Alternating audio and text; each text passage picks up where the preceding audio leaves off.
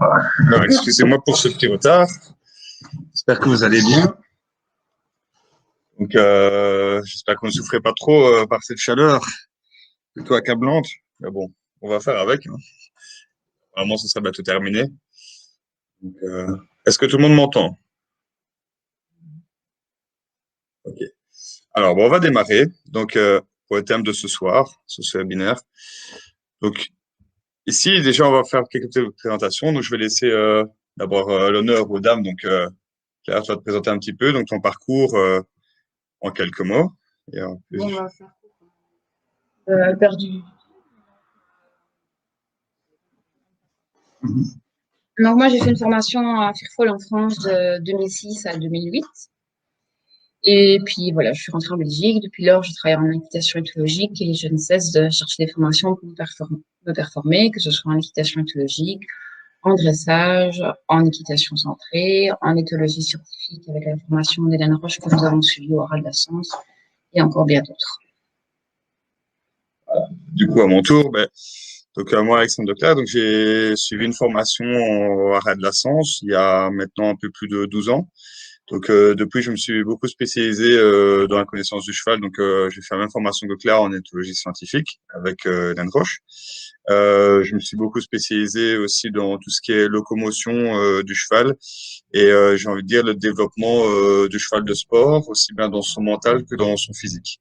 Donc, notamment, là, on parle vraiment dans la discipline vraiment du dressage, où j'ai essayé d'axer le mental et le côté mécanique et biomécanique pour essayer, voilà, parfois de comprendre pourquoi le cheval ne réagit pas devant telle ou telle manière et pouvoir comme ça, l'aider et aider son ou sa cavalière à s'améliorer et à augmenter vraiment la performance avec la connexion avec le cheval. Voilà, ici en quelques mots pour nos présentations.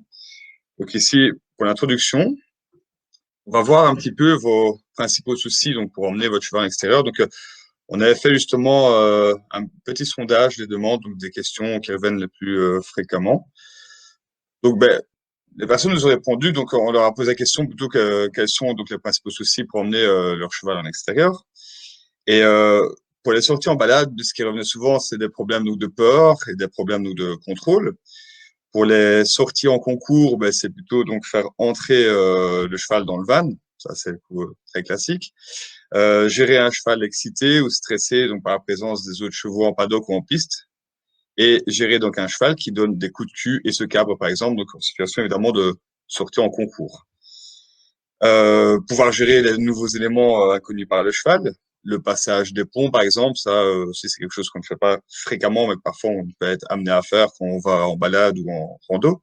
La peur des voitures, des cyclistes, motos, tracteurs et autres, les chiens, les porte-claques. Peur des bruits d'hiver, la peur des vaches et des chevaux donc qui courent dans une prairie. Le souci de décontraction, donc les chevaux sont actifs au moins de détails.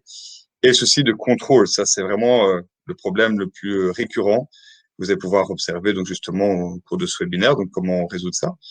La perte de contrôle au galop, donc alors que ça va en carrière, ça c'est assez fréquent justement d'avoir un cheval qu'on peut tout à fait gérer à l'écurie, mais que dehors ça ne fonctionne pas du tout. Le cheval qui répond plus à la jambe, donc lorsqu'on a son attention donc à attirer, fait le cheval qui fait aller donc sa tête en l'air, qui trottine et nie, ça c'est aussi des cas qu'on rencontre régulièrement.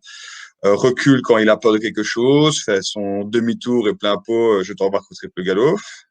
Se fige au milieu de la route et ne veut plus avancer, la perte de contrôle et la mise en danger du cavalier, de la cavalière et de son cheval aussi, bien entendu. Donc, avant tout, en fait, ce qu'il faut comprendre, c'est quel est le tempérament et du coup, comment développer aussi la personnalité de notre cheval.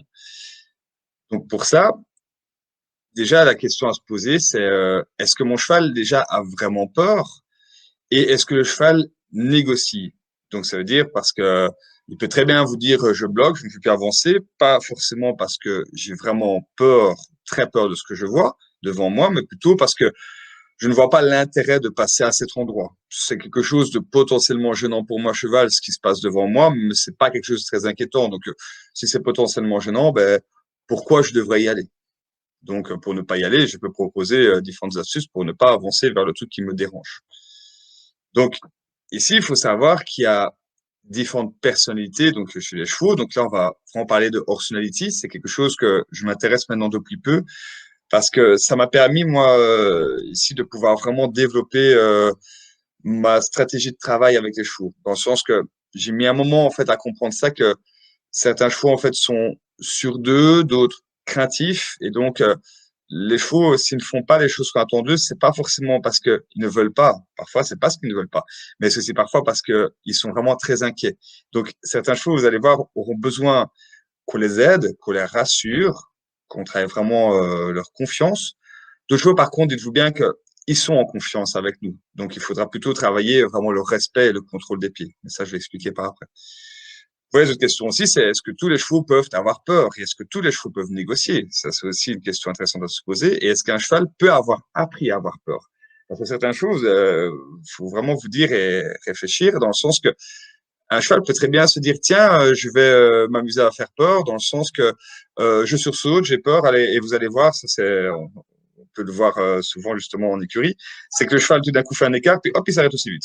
Donc ça veut dire, ah tiens, j'ai peur, en fait non, ça me fait pas peur, ça va. Donc du coup, ça c'est vraiment, vous allez voir, le cheval va me répéter cette réaction. Mais je vais expliquer pourquoi par après. Alors, il faut bien entendu savoir qu'il y a une grosse différence entre le tempérament et la personnalité du cheval. Donc, le tempérament, c'est toujours ce que je dis qui est inné chez le cheval. Donc, c'est un peu son caractère avec lequel il est né. Donc, si vous avez un cheval qui est né, j'ai envie de dire, sûr de lui, il fera toute sa vie sûr de lui. Si c'est un cheval qui est né plutôt anxieux, il sera toujours anxieux. Alors, notre boulot, justement, là-dedans, c'est de cerner le tempérament de notre cheval et développer, du coup, sa personnalité. Vous voyez j'ai indiqué que la personnalité, c'est quelque chose de conditionné, d'appris. J'entends quoi par là? C'est que si par exemple j'ai un cheval qui a un tempérament anxieux, peureux, ben, dites-vous bien que lui, il est toujours guidé dans la fuite, dans la peur. Donc quand quelque chose l'inquiète, il va faire la chose la plus facile pour lui, c'est pour se débarrasser du problème, c'est demi-tour, triple galop. Lui ne va pas avoir l'intérêt de chercher une autre réaction, puisque ce demi-tour, triple galop le débarrasse, entre guillemets, du problème, du stress. Donc, du coup, lui, il va se dire, ben, pourquoi chercher autre chose? Et en plus, il a envie de faire cette réaction-là parce que comme il est de tempérament émotif, il aura toujours envie d'être dans l'impulsivité de la réaction de peur, de disproportionnée, parfois, qui peut être très forte. À l'inverse, donc justement, quand on va voir ça, pour terminer là-dessus, c'est vous dire que le cheval peureux, je vais lui apprendre justement à ne pas être peureux, comme un cheval qui est justement tempérament sûr de lui. Donc en gros, ce qu'on va vraiment chercher, c'est fuir n'est plus la bonne solution. Et ça, on vous expliquera par rapport à ça donc dans la suite du stand du webinaire.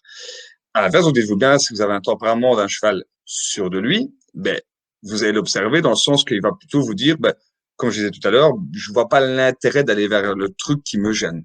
Vous voyez, le peureux, lui, je veux même pas savoir ce que c'est, ça me fait peur, demi-tour, triple galop, c'est ça la solution. Moi, je suis cheval, par contre, sûr de moi. Le truc là me dérange, donc comment m'en débarrasser? Je vais observer un peu ce que c'est. Je vais pas, moi, faire triple galop, demi-tour, non, parce que je ne suis pas un anxieux. Je vais plutôt observer et me dire, mais pourquoi je devrais passer là-bas? Donc là, vous voyez, on aura plutôt un problème de respect. Donc respect, pourquoi? Parce que vous, en tant que cavalier, vous devez lui dire, ben, avance, si je te demande d'avancer. Et là, vous allez utiliser, par exemple, vos jambes, vos aides. Mais s'il n'avance pas, dites-vous bien que c'est une opposition devant votre demande. Donc, c'est un manque de respect. Que le peureux, lui, justement, va plutôt avoir envie de faire demi-tour. Je ne suis pas justement respectueux envers toi, mais mon émotionnel, ma peur, prend le dessus sur ta demande. Alors, justement, vous voyez ici, il y a un schéma intéressant que Pat Parelli avait mis en place il y a maintenant quelques années sur les Horsenality où vous voyez en fait les chevaux, on peut entre guillemets les scinder donc dans 4 catégories intéressantes. Alors j'en profite pour vous dire aussi que ce schéma vous donne un repère sur comment situer votre cheval dans son tempérament, mais ce n'est pas non plus ce que j'appelle l'évangile, dans le sens qu'il ne faut pas avoir cette tendance à mettre votre cheval dans une case, vous dire mon cheval il est comme ça parce que mon cheval est comme ça, du coup il sera toujours comme ça. Ce serait trop facile parce qu'à ça vous devez ajouter de l'instabilité parfois, dans le sens que un cheval jeune et un cheval après plus âgé vont peut-être réagir différemment. N'oubliez pas, un jeune cheval, un poulain, ben lui, il est un petit peu justement novice dans sa vie de cheval, il sait pas trop, il se cherche un peu. Après, vous aurez une période d'adolescence, le cheval aussi peut un petit peu discuter, et c'est vraiment, à mon sens, à l'âge adulte que ça va se stabiliser. Donc, pour revenir sur ce schéma, ben, le cerveau gauche, vous voyez, c'est un cheval qui, en général, assez sûr de lui, il réfléchit, il va observer devant quelque chose de potentiellement inquiétant. Contrairement au cerveau droit qui lui est plutôt dans le côté émotionnel, peureux, timide. Vous allez déjà avoir une grosse différence entre ces deux chevaux-là, dans le sens que le cerveau gauche, vous allez aller vers lui, vous allez voir que spontanément il va venir vers vous. Il aura même envie de vous bousculer, d'être envahissant. Lui, dites-vous bien, il est très confiant, il n'a pas peur de vous. Le droit, par contre, c'est l'inverse. Vous allez l'approcher, il va plutôt se méfier, s'éloigner. Il est beaucoup dans l'émotionnel, comme j'appelle ça. Ensuite, on doit observer le côté extraverti ou introverti. Donc, l'extraverti, c'est un cheval qui est plutôt dans le côté expressif, dynamique, qui bouge beaucoup ses pieds, qui vous montre du coup quand quelque chose le dérange ou lui fait peur. L'introverti, c'est l'inverse. Il est peu expressif. Donc, c'est-à-dire que quand quelque chose lui fait peur ou le dérange, il va pas forcément vous le montrer. Ce que je veux dire là-dedans, pour interpréter ce schéma correctement, vous devez vous dire que est-ce que votre cheval est plutôt cerveau gauche ou cerveau droit? Et ensuite, est-ce qu'il est plutôt extraverti ou introverti? Donc, si je use par un exemple, ben, mon cerveau gauche extraverti, j'aurais le cheval que j'appelle plutôt joueur, qui est OK de bouger ses pieds, qui aime bien discuter, et un petit peu de prendre les commandes, parce que il aime bien contrôler les choses, le cerveau gauche. Mais du coup, le problème que vous allez avoir, c'est qu'il va vous dire, d'accord, je suis d'accord de bouger, mais par contre, je décide dans quelle direction je vais bouger mes pieds. Donc, vous avez le cas classique, vous êtes en extérieur, en balade, le truc fait peur, ou le dérange plutôt, parce que vous voyez, j'insiste, le gauche n'est pas très peureux. Donc, ça me dérange, je ne vois pas l'intérêt d'aller là-bas. Vous mettez vos jambes, il va vous dire, d'accord, je réponds à tes jambes, mais en marche arrière. Alors que vous, l'idée, c'est qu'il avance. Donc, lui, il aime bien de faire l'inverse que vous demandez. Si vous avez plutôt un cerveau droit, vous allez voir que lui va vous dire, mon Dieu, l'émotionnel prend le dessus, j'ai peur de ton truc, demi-tour, je m'en vais. Le gauche va observer, il va chipoter, discuter un peu, bouger donc dans tous les sens, reculer, se mettre de travers, tout ça. Un mouvement des pieds qui est assez régulier. Le droit, par contre, un mouvement des pieds qui est irrégulier et même très rapide. Ça, c'est demi-tour, triple galop. Le gauche, c'est je recule, je me mets de travers, j'avance, je sais pas trop, mais je regarde, j'observe quand même ce que c'est. Si vous avez un droit introverti, attention parce que là, vous avez ce que j'appelle le cheval qui est un peu bombe à retardement, dans le sens que il est peureux par son côté cerveau droit, mais il ne montre pas sa peur par son côté introverti, renfermé. Donc, il peut très bien vous dire que devant la chose qui fait peur, il va s'arrêter, éventuellement observer, mais il va plutôt se figer. Donc là, vous allez avoir un cheval qui est vraiment à l'arrêt, bloqué, tête relevée et verrouillé de partout. Et là, vous pouvez faire ce que vous voulez avec vos jambes, vos mains, tout est bloqué, tout est verrouillé. Parce que son émotionnel a tellement pris le dessus, il a tellement intériorisé le stress, que du coup, tout est emmagasiné à l'intérieur de lui, et du coup, il se fiche complètement. Si à ça, il y a un élément stressant supérieur qui arrive, vous pouvez être sûr que tout ce qu'il a emmagasiné comme stress depuis quelques minutes, il va le faire puissance 10. Donc, si on donné, il y a du stress qui s'accumule, un facteur extérieur en plus, tout ce qui est accumulé explose. Et là, du coup, vous aurez un demi-tour, un triple gavot, vous aurez rien compris puisque vous serez passé d'un arrêt à un cheval complètement figé comme une statue à en même pas 2 secondes un cheval demi-tour et qui est parti comme une balle. Alors, par contre, à l'opposé, quand vous allez avoir un cerveau gauche introverti, dites-vous bien que vous aurez un avantage parce que vous aurez le cheval sûr de lui, qui va observer, donc dans son côté cerveau gauche, mais l'introverti, n'oubliez pas, il bouge pas ses pieds, il n'est pas expressif. Donc ça, c'est celui que j'appelle toujours le cheval un peu fainéant, dans le sens que il va vous dire, bah, tu sais, en fait, moi je ne suis pas très peureux, mais j'ai pas envie d'aller en balade. Alors vous allez vous dire, mais pourquoi? Bah, parce qu'il dit, bah, pourquoi j'irai en balade? Quel intérêt j'ai dans la balade? Alors ça peut me motiver parce que ça me change de ma routine, donc ça j'aime bien. Ton truc qui fait peur, je suis pas peureux. Demi-tour, triple galop, t'emmener, ben non, parce que c'est trop difficile à faire, parce que moi je suis fainéant, donc je vois pas l'intérêt de courir très vite, mais je vais plutôt observer. Par contre, il peut très bien vous dire, bah, tu sais, là, je ne bouge plus parce que j'ai plus envie de bouger, tout simplement. Donc, vous allez utiliser vos jambes, vos ailes, tout ça aussi, vous allez voir, ça va pas réagir. Donc, du coup, il faut vraiment cerner assez vite votre cheval dans son tempérament, qu'est-ce qu'il est? Est-ce qu'il est donc gauche extraverti, gauche introverti, cerveau droit extraverti, cerveau droit introverti? Et en fonction de ça, savoir adapter votre stratégie de travail pour développer sa personnalité. Je vous disais juste avant que la personnalité, c'est entre guillemets artificielle. Donc dites-vous bien que c'est ce que vous allez obtenir par l'éducation, par le conditionnement.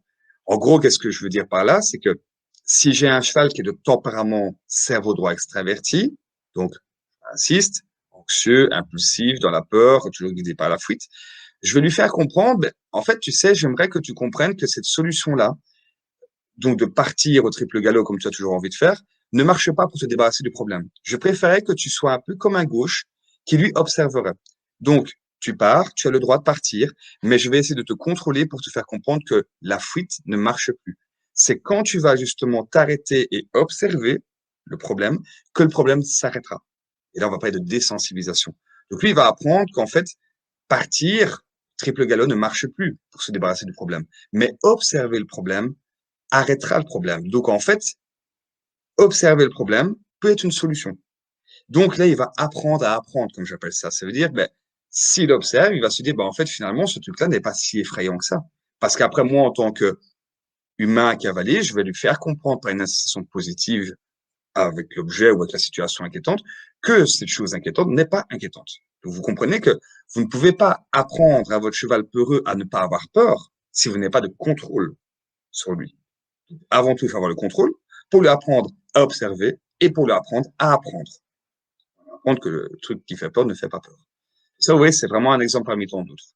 Et après, à l'inverse, si j'ai justement mon cerveau gauche extraverti, je voudrais qu'il soit plutôt comme un droit. Le droit est très poli. Il ne va pas s'opposer à vos jambes, à vos mains, il peut le faire par peur, c'est vrai, mais il va toujours être très poli. Le gauche, je vous ai dit, aime bien négocier. Vous allez mettre vos jambes, il va vous dire non, je ne réponds pas parce que j'ai pas envie de répondre. Le droit, il va vous dire, OK, moi, je réponds pas à tes jambes parce que j'ai peur. C'est deux choses complètement différentes. Donc, je voudrais vraiment que lui, mon gauche, soit poli, sympa, bon élève, comme serait un cerveau droit. Tout ça, vous voyez, vraiment dans les grandes lignes, ce qu'il faut vraiment voir, c'est cerner le tempérament pour du coup vous dire, ben, tiens, en extérieur, comment je vais devoir réagir? Quelle personnalité je vais développer pour pouvoir faire une balade, une promenade agréable avec un cheval qui soit tranquille. Donc là, on a un petit sondage pour savoir si votre cheval est gauche, droit, introverti ou extraverti. Et on a quand même encore qu'une petite moitié des auditeurs qui ont répondu. Donc, si les autres peuvent répondre, on voudrait voir un petit peu si on a toutes les personnalités qui sont représentées parmi vos chevaux. Bah, merci pour vos réponses. Pour le moment, c'est les gauches introvertis qui l'emportent. Ça, c'est rien. C'est des chevaux en général, c'est sûr, hein, pour la balade, hein, ceux-là. Donc, mais par contre, voilà, parce que je vous dis, ils sont motivés d'aller dehors, ils sont pas très peureux, donc c'est bien. Mais par contre, il faut les motiver à bouger. Donc, ça va être la chose la plus facile. Je peux passer. Hop. Alors, ce qu'il faut aussi savoir, c'est que là, pour différencier, parce que c'est la question qu'on va toujours se poser, et je vous disais avant, est-ce que mon cheval vraiment a peur ou est-ce qu'il joue? Vous comprenez que si vous avez un cerveau droit, lui, il sera vraiment dans la peur. Si vous avez un gauche, il va plutôt jouer, lui. Jouer à se faire peur, comme je disais, surtout un gauche extraverti. Donc, vous voyez ici les signes de peur, vous pouvez déjà les voir au niveau des signes auditifs. Ben, vous allez avoir un cheval qui va se mettre à ronfler, à souffler très fort. On a tous connu ça, le dragon, comme j'entends parfois en stage. Les signes visuels, ben, ils sont aussi faciles à voir. C'est la tête qui est relevée, le corps qui se fige, justement, les yeux très ouverts, comme je disais, comme ça, en mode grand stress, ou les mouvements rapides des pieds. Quand vous voyez que ça bouge dans tous les sens et ça va de plus en plus vite que ça part en vrille, là, dites-vous bien, c'est-à-dire que l'émotionnel est quand même assez haut. Donc là, si vous avez ça, vous avez plutôt de la peur. Si vous avez un mouvement des pieds qui est plutôt régulier et avec une défense, entre guillemets, qui se répète, là, vous avez plutôt un cheval qui n'est pas dans la peur, mais plutôt dans le fait de se dire quel intérêt j'ai d'aller sur le truc qui me dérange. Donc, ainsi, sur ce fait-là, un objet potentiellement inquiétant, mon droit, demi-tour, triple galop, donc mouvement très rapide, la tête relevée, les yeux ouverts, tout figé. Mon gauche, plutôt reculer ou se mettre de travers, peu importe. Il va voir quelle réponse fonctionne pour ne pas aller vers le truc qui est gênant. Vous allez voir qu'à chaque fois, il va vous faire le truc. C'est demi-tour, éventuellement, puis il va s'arrêter assez vite. Mais il fait demi-tour toujours dans le même sens. Parce que pour lui, ça devient une réaction qui est apprise. Lui, le truc me dérange, demi-tour à droite, je me suis débarrassé du problème, par exemple. Et jusqu'à il s'est débarrassé du problème, donc il s'en est éloigné, vous allez voir, il va s'arrêter. Parce que lui, il va vous dire, en fait, tu sais, je ne suis pas si inquiet que ça. J'ai juste trouvé la solution pour ne pas aller vers le truc qui est potentiellement inquiétant. Ou gênant, plutôt. Que votre droit, lui, il va rarement faire deux fois. Si vous lui dites, OK, mon grand, tu as voulu aller à droite, mais du coup, je vais un peu bloquer avec ma reine pour t'empêcher d'aller à droite. Il se dit, OK, je suis enfermé, mais du coup, je vais à la gauche, mais je vais partir triple galop. Et pour le freiner, il vous faudrait un moment pour l'arrêter, hein, parce que même quand il est parti, l'émotion a tellement pris le dessus que pour freiner, ça devient toujours compliqué. Il faut vraiment lui apprendre justement à gérer ce côté émotionnel. Ça, il faut vraiment faire attention. Alors, est-ce qu'on pourrait avoir quelques vidéos ou pas? C'est là qu'on a obligé Avec de ce quoi. PC-là, d'accord. Parce qu'on avait un petit problème technique. Donc, comment on peut faire? Je Ok. demande à ma technicienne, mon assistance. On va arrêter le partage.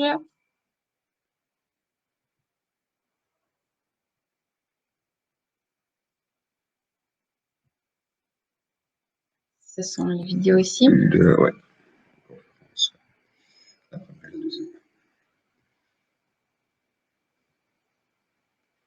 Est-ce que c'est clair pour vous jusqu'ici?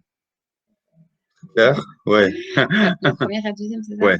Donc ici, je voulais vous montrer un petit peu donc deux vidéos. Il ne la voit pas encore. J'espère qu'il va le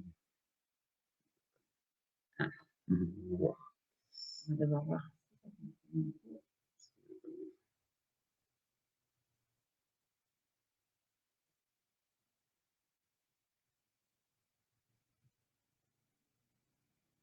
J'avais préparé le son du gonflement.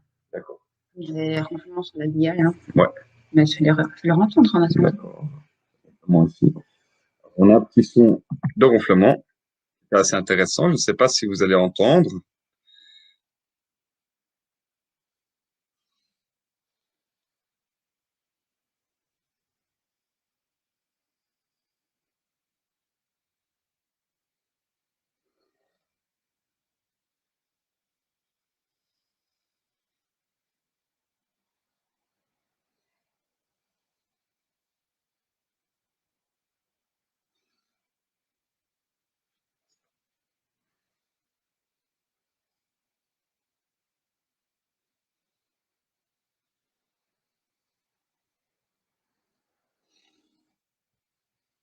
Est-ce que tout le monde entend le son?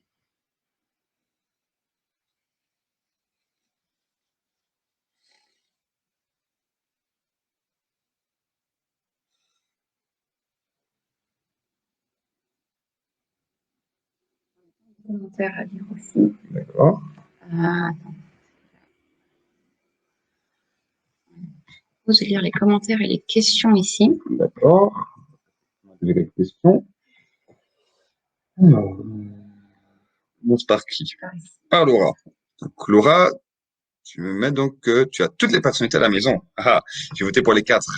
Alors ça, effectivement, c'est bien possible. Hein. Souvent, ce qui se passe, c'est dû à un problème de stabilité.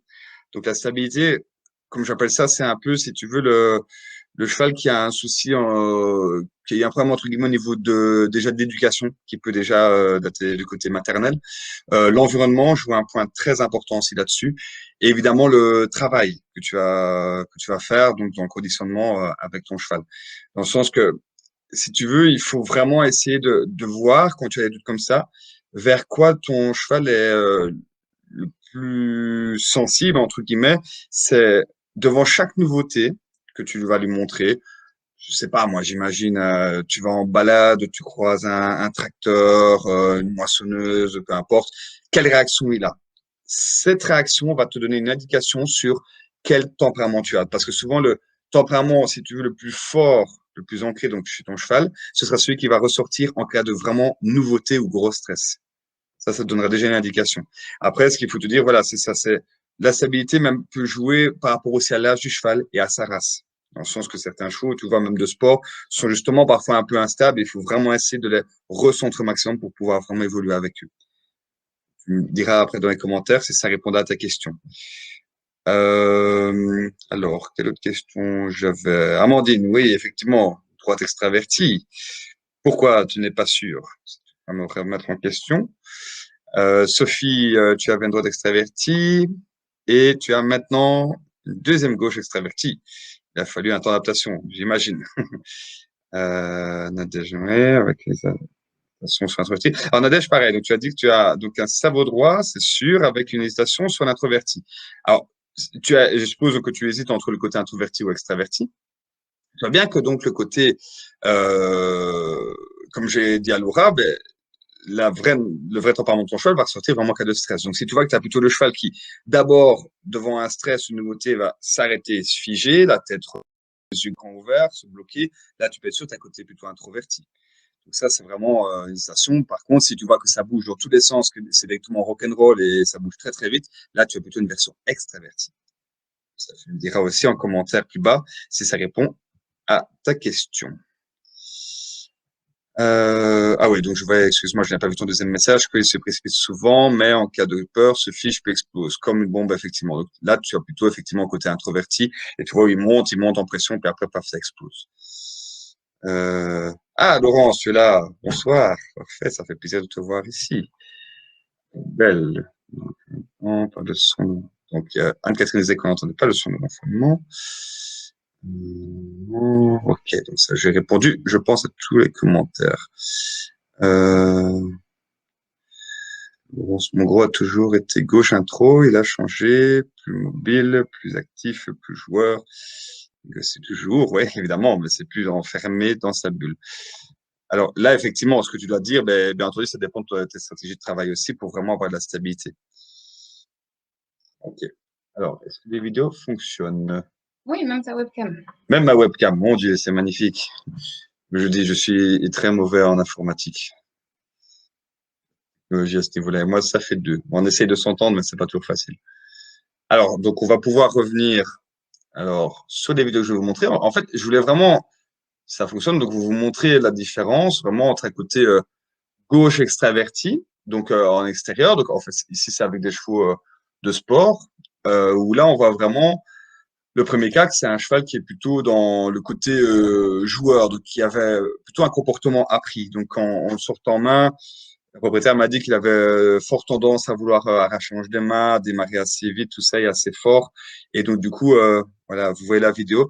Donc, ici, en fait, ce que j'étais en train d'expliquer à sa propriétaire, justement, c'est d'essayer de, comme je dis, déprogrammer ce comportement, cette envie toujours de répéter les choses. Vous avez observé ici, je vais se regarder un petit peu. Vous voyez ici, il voulait me dépasser, donc à chaque fois, je le dérangeais un petit peu. Là. Dès qu'il recule, dès qu'il me dépassait, je faisais reculer. Parce que lui, il avait envie de me dépasser, donc je rendais cette idée gênante. Est-ce que vous voyez bien la vidéo? Ou est-ce que vous l'avez en saccadé?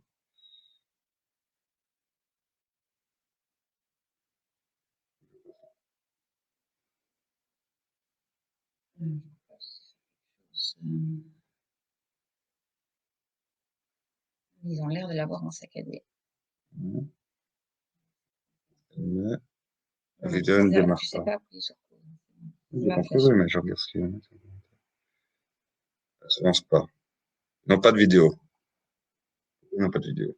Ouais, parce que là, on voit ce qu'il voit. Avec le décalage. La vidéo ne démarre pour personne. Ah. La vidéo ne démarre pas. Donc, souci technique, on va essayer de régler ça le plus vite possible. Ah, attends. Nadège dit qu'elle l'a en saccadé maintenant. Ah, c'est le décalage. C'est avec le décalage. Ici, elle la voit aussi. Au ralenti. Et au ralenti, ça c'est étonnant. Amandine, saccadé pour Valérie aussi. Ouais, par rapport à ça, ça va pas faire. Ouais, donc on sera pas fermé. En fait, ce que je voulais montrer donc, dans la vidéo, c'est que, bon, vous avez peut-être pu voir par moment un peu des réactions fortes qu'il avait. Donc, ce cheval, le problème qu'il avait, c'était toujours cette envie de vouloir, en fait, dépasser. Donc, chaque fois qu'il dépassait, j'avais à chaque fois gêné pour lui dire de m'attendre. Et donc, j'avais un côté plutôt gauche extraverti. Donc, je voulais vraiment qu'il ralentisse les pieds. Et en plus, on pouvait voir que les réactions se répétaient. Donc, comme je l'ai dérangé sur le fait de vouloir me dépasser, pour donc ne plus me tirer sur la longe, mais il a du coup trouvé une autre solution, qui était de vouloir, par exemple, tirer contre la longe, en arrière. Donc du coup, j'ai fait toujours le même principe, c'est que je lui ai dit, OK, tu peux me tirer, mais tu ne te débarrasseras pas de la pression du licol. Parce que lui, en fait, à mon avis, en tirant sur la longe, il avait juste compris, appris involontairement, que dépasser son cavalier faisait qu'il rencontrait la pression de l'école sur sa tête. Du coup, pour arrêter la pression de l'école sur sa tête, il s'est dit, ben, je vais peut-être tirer encore plus fort.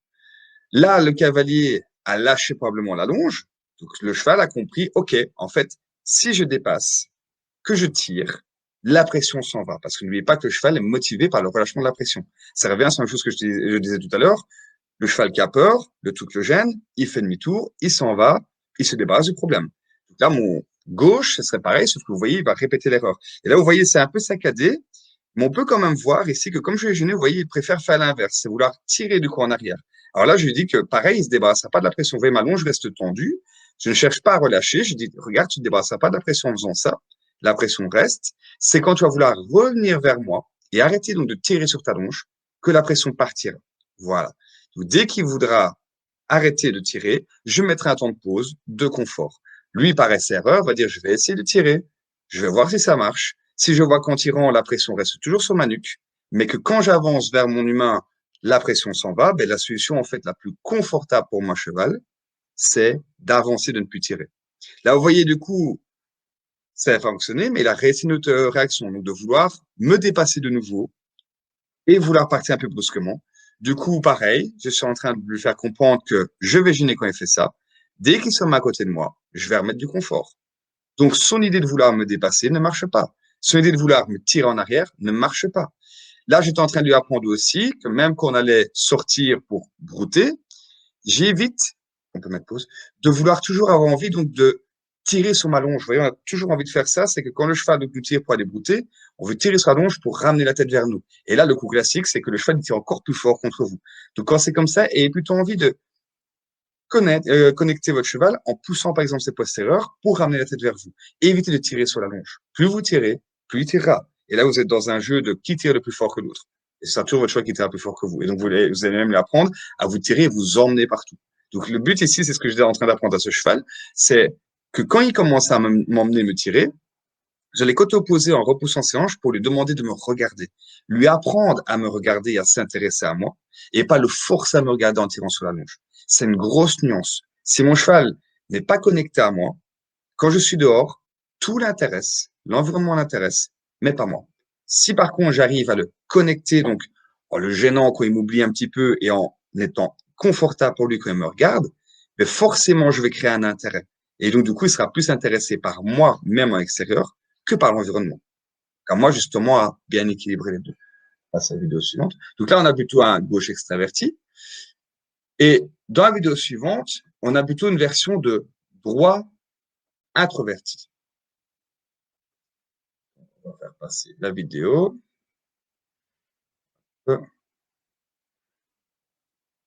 Donc, par rapport à ça, vous allez voir, ici, on voit donc dans notre gauche extraverti, un cheval, oui, plutôt rapide dans ses pieds, un petit peu excité, mais pas tellement inquiet. Là, on va voir justement l'opposé. C'est un cheval qui, justement, est dans le stress et dans la tolérance. Donc, dès le début, en fait, ce cheval, le problème qu'il avait, c'est que il était très méfiant des coins, des problèmes, des coins de la piste et tout ça aussi. Et vous voyez, il a une attitude déjà de tête très relevée, les yeux assez ouverts. Et j'étais en train justement de travailler un petit peu la confiance avec lui, en désensibilisant par exemple avec le sac plastique. Et on voit que le cheval, donc c'est une jument, tolère vraiment ce que je suis en train de faire. Le droit est dans la tolérance. C'est ça qu'on disait bombardement. Elle ne bouge pas, mais vous voyez, les muscles sont figés, la tête est relevée, les yeux grands ouverts. On a exactement un signe d'inquiétude. Vous voyez, là, c'est vraiment, je ne bouge pas, d'accord, mais je tolère ce que tu fais, je ne suis pas du tout à l'aise avec ça. Donc là, j'étais en train d'installer une association positive avec le sac plastique dans le sens que je faisais bouger et je renforçais son idée de vouloir vraiment s'arrêter et ne pas partir quand j'agitais mon sac. Chaque fois qu'elle s'arrêtait, qu'elle voulait un peu se détendre, je caressais. Ensuite, vous voyez ici, je vais un peu l'obliger à vouloir bouger un peu sur la piste. Et là, c'est dommage que vous l'avez un peu en saccadé, mais bon, vous pouvez déjà observer la tête, et vous verrez quand même la différence, même en saccadé, dans sa attitude, c'est que là, la tête est relevée, les muscles sont figés, elle est plutôt à l'arrêt, très tendue sur ma longe, et vraiment beaucoup dans le stress, sur le fait de prendre beaucoup sur elle-même. Et vous voyez, au bout de 5-10 minutes, j'avais ça. Une encolure beaucoup plus basse, beaucoup plus relaxe. Donc là, vous voyez, j'ai choisi vraiment je peux faire pause, de faire une désensibilisation, mais plutôt dans le mouvement. Parce que souvent, ce qui va se passer, c'est que si je fais cette désensibilisation avec mon sac plastique, avec ma cordelette ou peu importe, et je laisse ce cheval à l'arrêt, je vais renforcer son idée, donc du coup, d'être à l'arrêt, c'est déjà bien, mais par contre, de se figer. S'il se fige, n'oubliez pas, il est en train de rompre le lien avec vous. En gros, il vous perd parce que son émotionnel prend le dessus. Donc, ce qu'on a vraiment besoin, c'est de lui faire comprendre, bouge tes pieds, exprime-toi, ne m'oublie pas pour rester avec moi.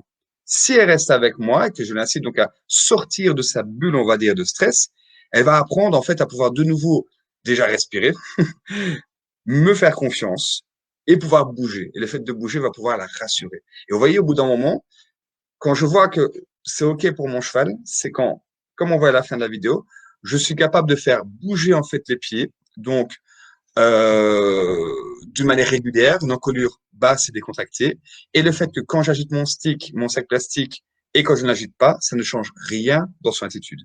Si vous observez que quand votre cheval bouge sans rien, il se déplace d'une certaine manière. Et quand vous commencez à agiter votre sac plastique ou votre stick, il ralentit ses pieds, il lève la tête, il commence à se figer. Vous pouvez être sûr qu'il n'est pas OK avec ce que vous êtes en train de faire. Là, on a plutôt donc de l'inquiétude. Ce que vous devez vraiment vous dire, c'est je fais bouger mon sac ou je fais pas bouger mon sac, ça ne change absolument rien du tout dans son attitude. Si j'ai ça, ça veut dire qu'elle est vraiment 100% OK avec ce que je suis en train de faire. J'espère que c'est bien clair pour vous. Donc, pour voir, vous voyez la différence entre le premier cheval où on avait vraiment, ben, je cherche une solution pour arrêter la gêne, ok. Si tu m'empêches de le faire, je cherche une solution. À moi, du coup, lui retirer les mauvaises réponses, j'ai envie de dire, enfin, c'est qui me conviennent pas. Contrairement au droit, vous voyez qu'il lui n'est pas dans l'opposition, mais plutôt dans l'inquiétude que là, j'ai plus besoin de rassurer. Le premier, j'aurais besoin de respect, là, j'ai plus besoin de rassurer. Il y a Camille qui commande que c'est quand même un cheval déjà très tolérant au sac plastique. On est d'accord, Camille. Tout à fait, tu vois. Donc, mais effectivement, c'est une tolérance. C'est sûr qu'avant d'obtenir ça, parfois, tu pourrais avoir beaucoup plus de travail. Et là, c'est une préparation cave. Bon, attention que la vidéo était prise un petit peu en cours de route aussi, dans le sens qu'au début, ça bougeait un peu plus que ça, mais on peut quand même assez vite avoir ce phénomène-là avec l'introverti. Parce qu'en fait, ce que j'ai fait avant, c'est que si elle décide, tu vois, de vouloir bouger un petit peu, ben, je peux un peu la déranger avec ma longe. Je peux dire, non, non, ne fuis pas, comme j'expliquais tout à l'heure. Mais du coup, elle peut se dire, OK, je ne fuis pas, je regarde, mais je fige. Et c'est pas non plus ça que je veux. Je veux vraiment qu'elle apprenne à ne pas m'oublier, à m'observer, à pouvoir fonctionner avec moi. Je sais pas si c'était assez parlant pour vous ces vidéos. Je suis vraiment désolé pour les soucis techniques. Ouais, c'est vraiment de faire au mieux, mais c'est pas évident. Donc j'espère quand même que vous aurez pu voir dans la vidéo ce que j'ai essayé d'expliquer du moins. Et du coup, on va pouvoir rejoindre notre dia. Là. Non, il n'y est pas.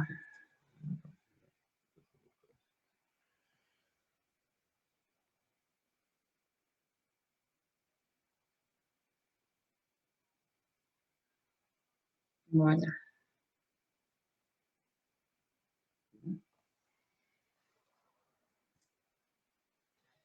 Nadège, je connais bien tout de son bon. Est-ce que tu entends par là, Nadège?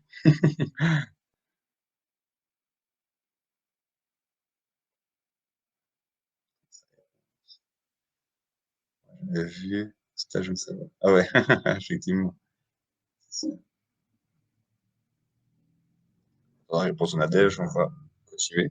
Donc ici, on va se servir donc des théories d'apprentissage pour préparer donc le cheval à toutes ces situations. Et là, du coup, je passe la parole à Claire qui vous expliquer ça. Ouais,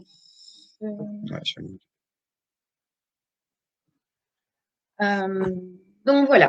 Alors, ce qui est important d'abord, c'est de différencier sensibiliser et désensibiliser.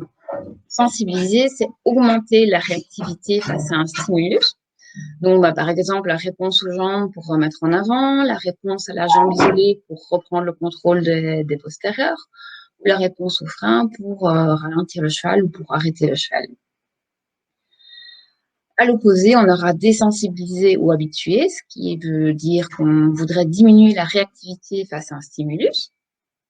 Donc, par exemple, désensibiliser à différents bruits, à des gestes, à des mouvements, à un drapeau, à des sacs plastiques qui pourraient voler, ou habitué aux différents usagers de la route, à passer sur des surfaces différentes, une bâche, un pont, dans l'eau pour le gué, ou à d'autres animaux, parce qu'il y a des personnes qui m'ont dit que le souci, c'était les chiens, les vaches ou les ânes. Donc, tout ça, c'est de l'habituation. On fait une petite différence entre la désensibilisation et l'habituation, dans le sens où désensibiliser, c'est vraiment nous qui allons donner la possibilité au cheval d'avoir un contrôle sur la situation.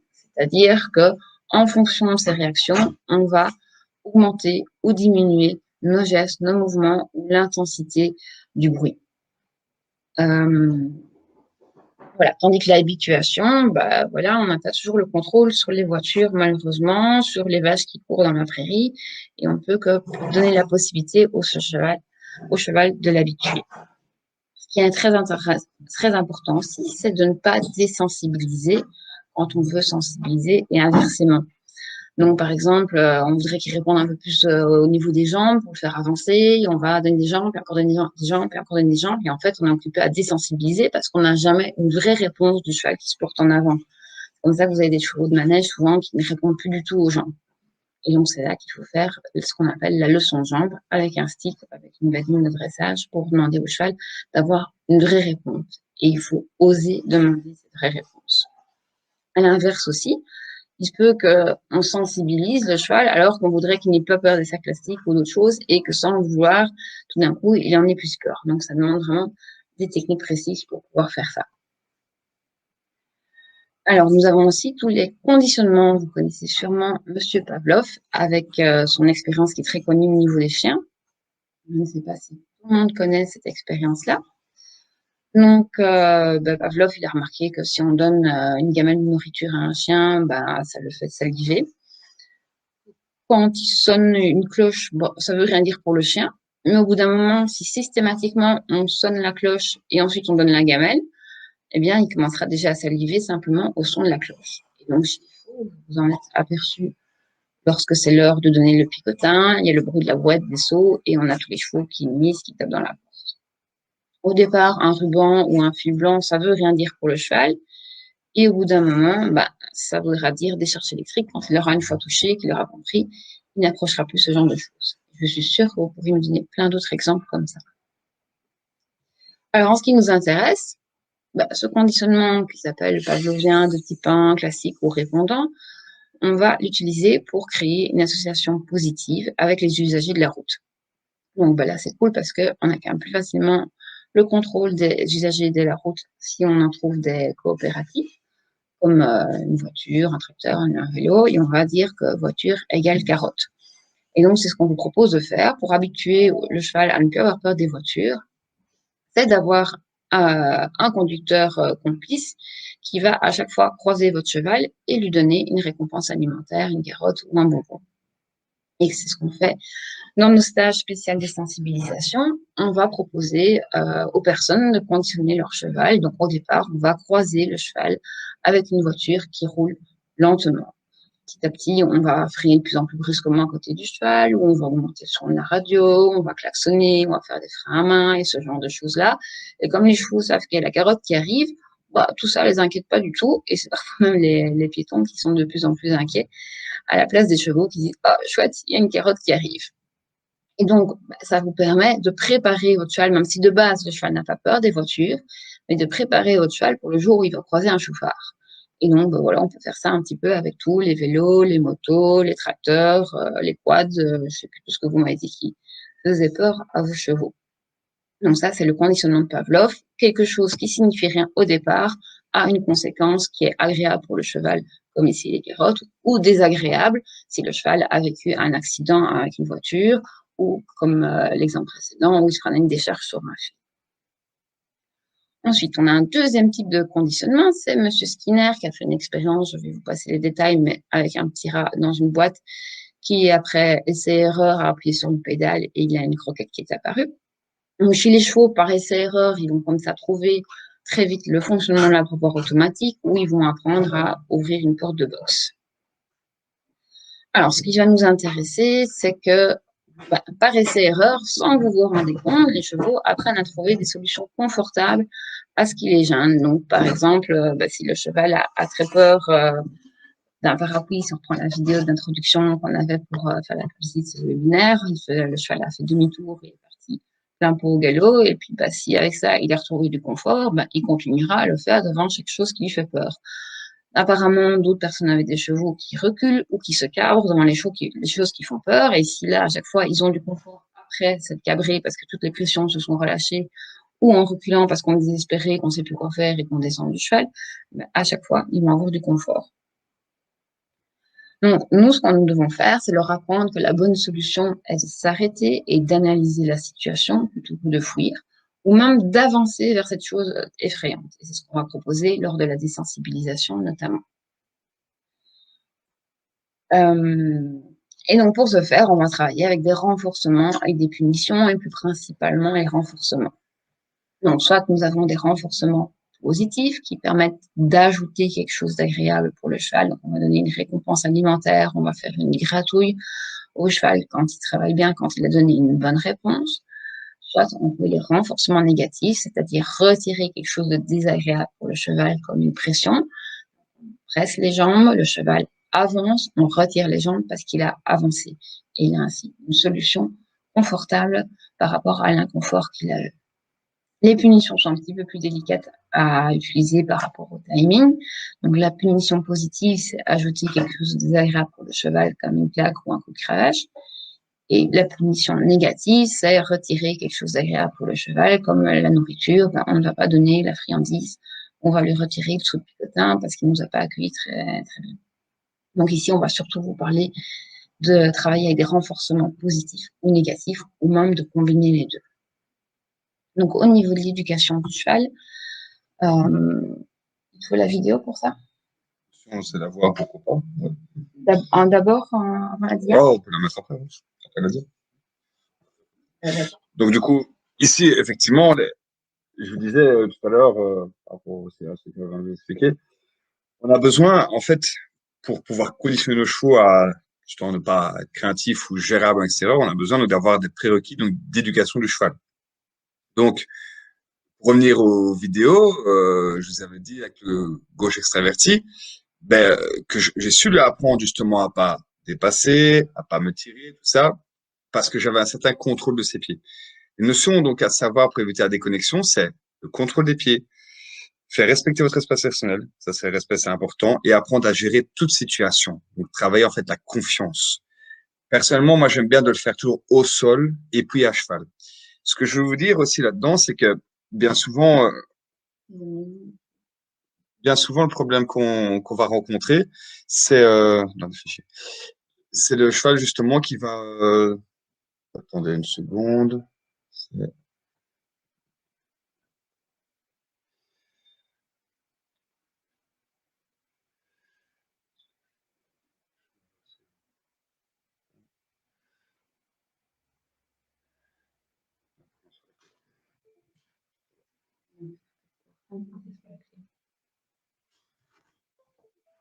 Donc ici, le contrôle des pieds.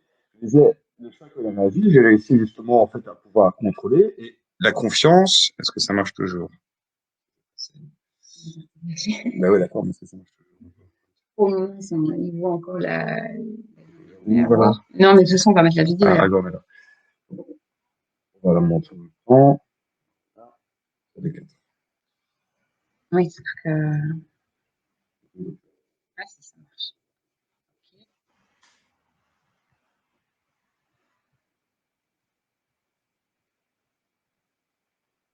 Alors, je change de partage d'écran.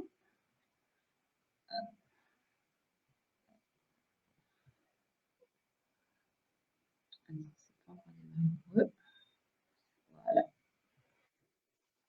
Donc, ici, vous voyez dans la vidéo, ce que je veux faire comprendre, c'est vraiment cette connexion donc, dans le contrôle des pieds. Attends un petit peu, parce que là, on me dit qu'on perd le son. Donc, est-ce que le son revient? Est-ce que c'est bon? Parlez peut-être un petit peu moins fort. Est-ce que vous nous entendez maintenant?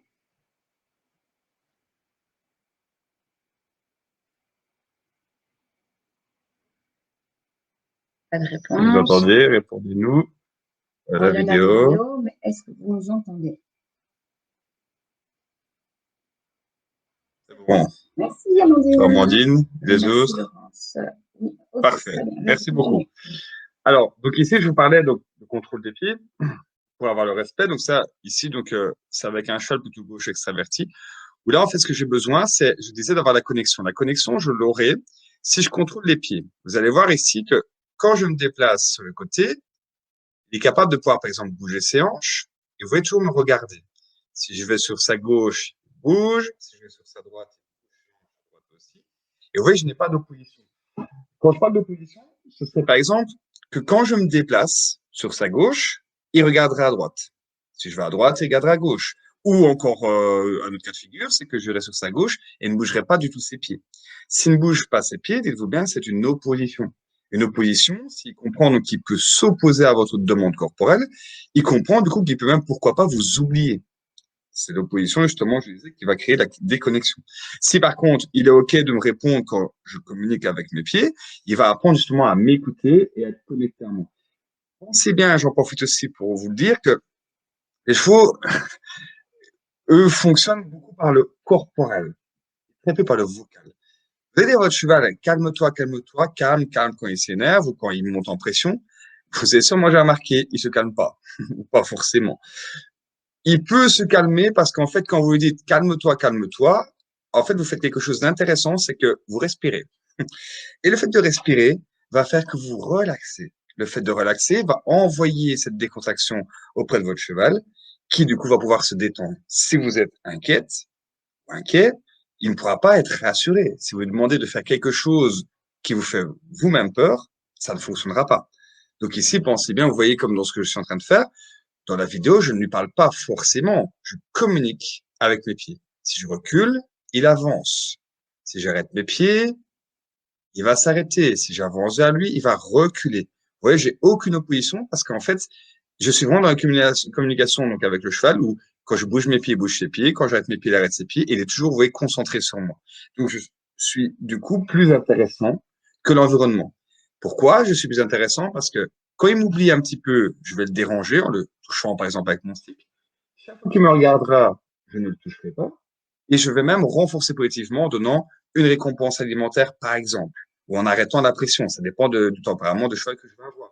Donc ici, lui, il va se dire très vite, c'est erreur. Ben, j'ignore mon humain, on me dérange. Je regarde mon humain, je suis tranquille, on me dérange moins. Donc, en fait, c'est plus intéressant pour moi l'idée de observer mon humain et de voir qu'est-ce qu'il me veut que de l'ignorer. Et en plus, s'il comprend qu'en me regardant, il évitera que je le dérange. Et en plus, il y aura des motivations par des gratouilles, des bonbons et autres. Vous en faites pas, il va très vite être intéressé par vous. Mais n'oubliez pas que c'est toujours l'équilibre du respect, dans le sens que si vous ne faites que le gêner quand il ne vous regarde pas et ne pas le motiver à vous garder par une récompense alimentaire, vous allez, oui, être plus ou moins intéressant, mais pas très stimulant. Si à l'inverse, vous ne faites que donner des bonbons ou des carottes, c'est bien. Mais ce qui va se passer, c'est qu'il va surtout vous dire, oui, ok, toi, en fait, tu es un distributeur à carottes, ou à bonbons, tu as une carotte géante, peu importe, mais ça s'arrête là. Parce que je comprends que même quand je t'ignore, tu ne dis rien. Donc, l'idée de t'ignorer et de te regarder, pour moi, est pareille. Te regarder, c'est sympa, j'ai des bonbons, des carottes. T'ignorer, je ne suis pas dérangé. Donc, en fait, mon idée de t'ignorer n'est pas une mauvaise idée, puisque quand je le fais, tu ne me déranges pas. Du coup, on sait bien que la connexion, vous n'aurez qu'à moitié. C'est ça, cet équilibre est très important.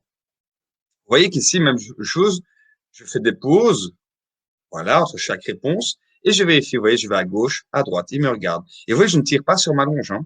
Je vais à gauche, je vais à droite, il me regarde, il me fait toujours face. Il attend de voir le signal que je fais. Si j'avance vers lui, il recule. Vous voyez, j'ai aucune opposition. Si j'arrête, il arrête aussi. C'est vraiment ça que je vais chercher, c'est qu'il apprenne à observer chacun de mes gestes et être concentré sur moi, pas seulement à m'écouter avec ses oreilles, avec son ouïe, mais bien avec son regard. C'est ça que je veux savoir. Si déjà au sol, je ne suis pas intéressant pour lui et qu'il n'est pas avec moi, je peux être sûr que monter, ce sera pareil. Ne soyez pas dans l'idée, comme ce qu'on voit souvent, justement, encore trop souvent, malheureusement, des écuries, de, quand le cheval, justement, est stressé, de tenir très court pour être sûr qu'il ne parte pas. Bien que vous empirez, parce que le tenant en plus très court, vous allez un petit peu le bloquer et j'ai envie de dire même l'enfermer. Donc vous risquez, dans le cas d'un cerveau gauche, de l'agacer et de l'inciter encore plus à vous quitter parce qu'il va vous se dire, ben, attends, qu'est-ce que t'as toi l'humain à t'inquiéter comme ça? Je suis pas inquiet, je suis plutôt dérangé par ce qui se passe et tu me rajoutes une gêne. Donc en fait, tu n'es pas intéressant pour moi et je vais même essayer de te quitter parce que tu m'embêtes à me serrer la tête comme ça. Si vous avez un cerveau droit, justement, il va se dire, qu'est-ce qui se passe? J'ai peur et tu me comprimes, tu m'enfermes là-dedans. Donc moi, la solution que je veux, c'est me débarrasser de toutes ces pressions, de stress, d'oppression, et je vais exploser et partir pour arracher s'il faut. Vous voyez, pensez dans ces deux cas-là, plus vous forcez à rester avec vous, plus vous allez soit déranger ou agacer, ou alors vous allez inquiéter et empirer la situation. Pensez quand c'est comme ça à éviter de les enfermer. N'oubliez pas, qu'est-ce qui motive le cheval? C'est arrêter toutes les pressions, qu'elles soient physiques ou émotionnelles. Émotionnelles, donc du coup, je vous disais, c'est gênant, comment se débarrasser de ça? Comme nous, une mouche va se poser sur notre bras, ça va nous déranger, on va vouloir faire ça pour s'en débarrasser. C'est un réflexe pour arrêter quelque chose de gênant. Suivant la personnalité, le tempérament, pardon, de notre cheval, il aura telle ou telle réaction. À nous de nous adapter. On va mettre la vidéo suivante. Oui.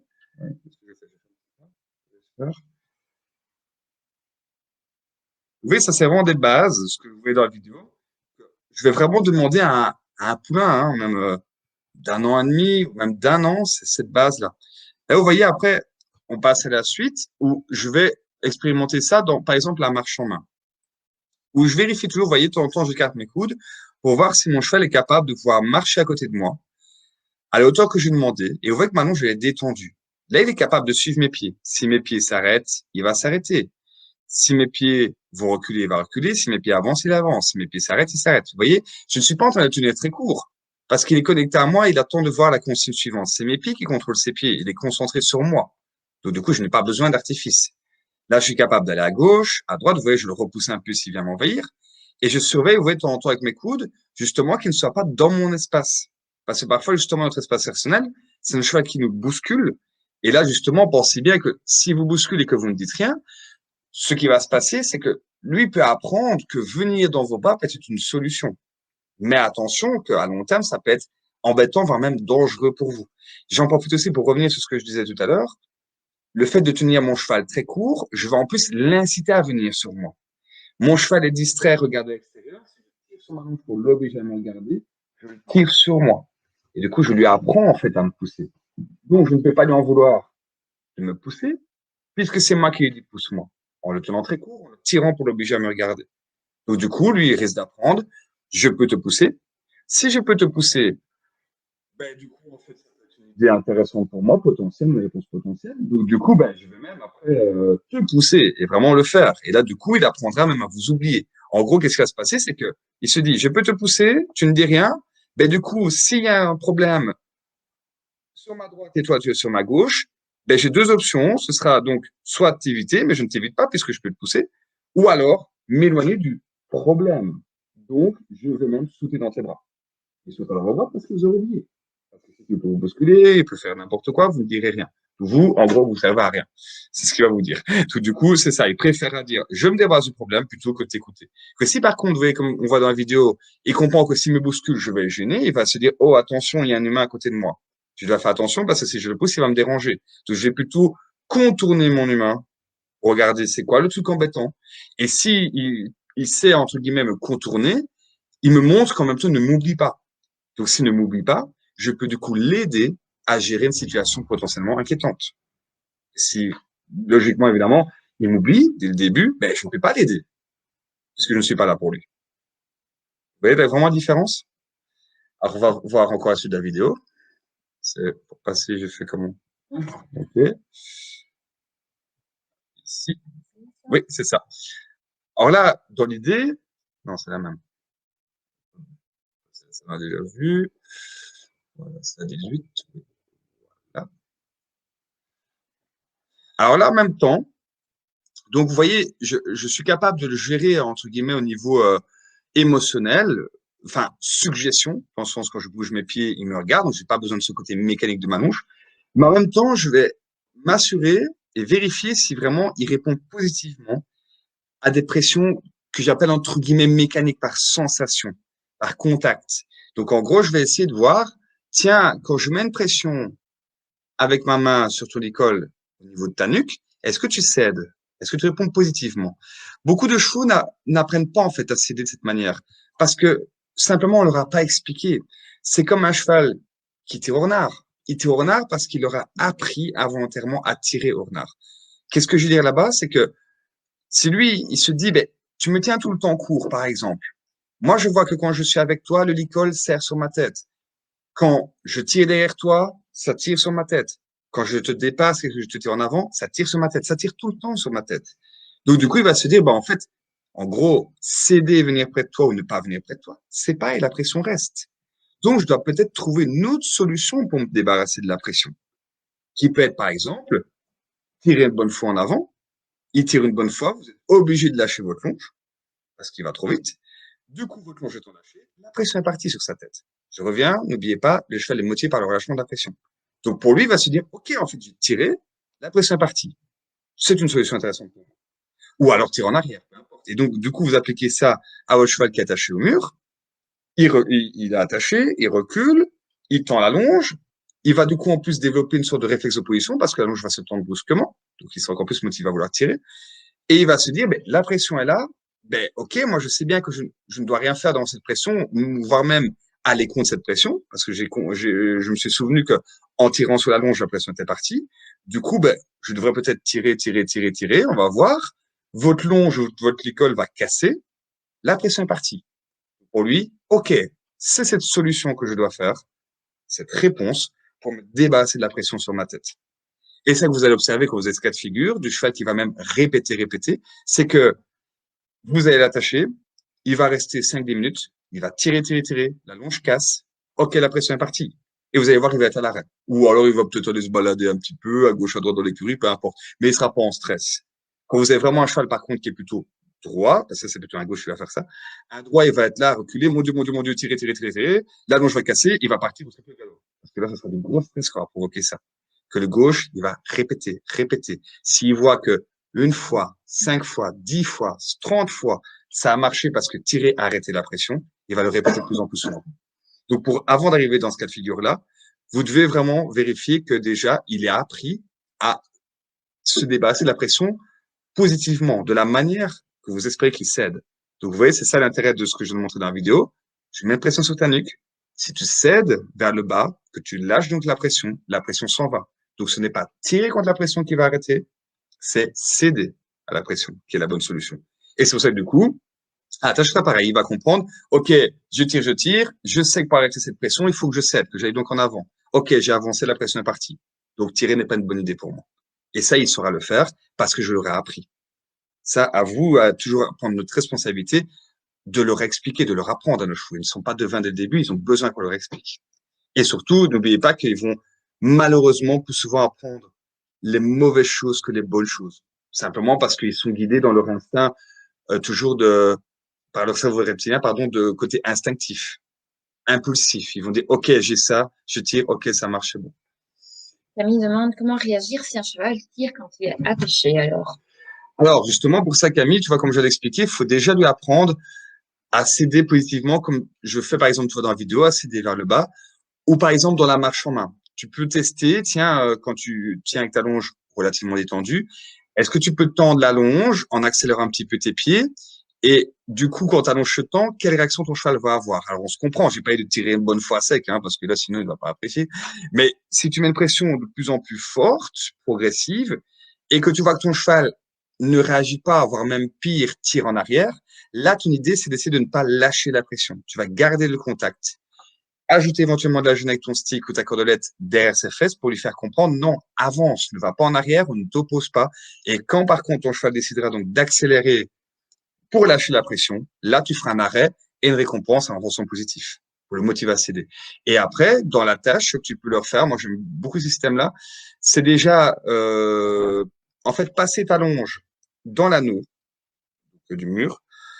Une longe de 7 mètres, généralement, c'est plus confortable. Et alors, ce que tu fais à ce moment-là, c'est que tu vas te mettre dans le même axe que le cheval, donc à côté de lui. Donc, vous êtes tous les deux face au mur.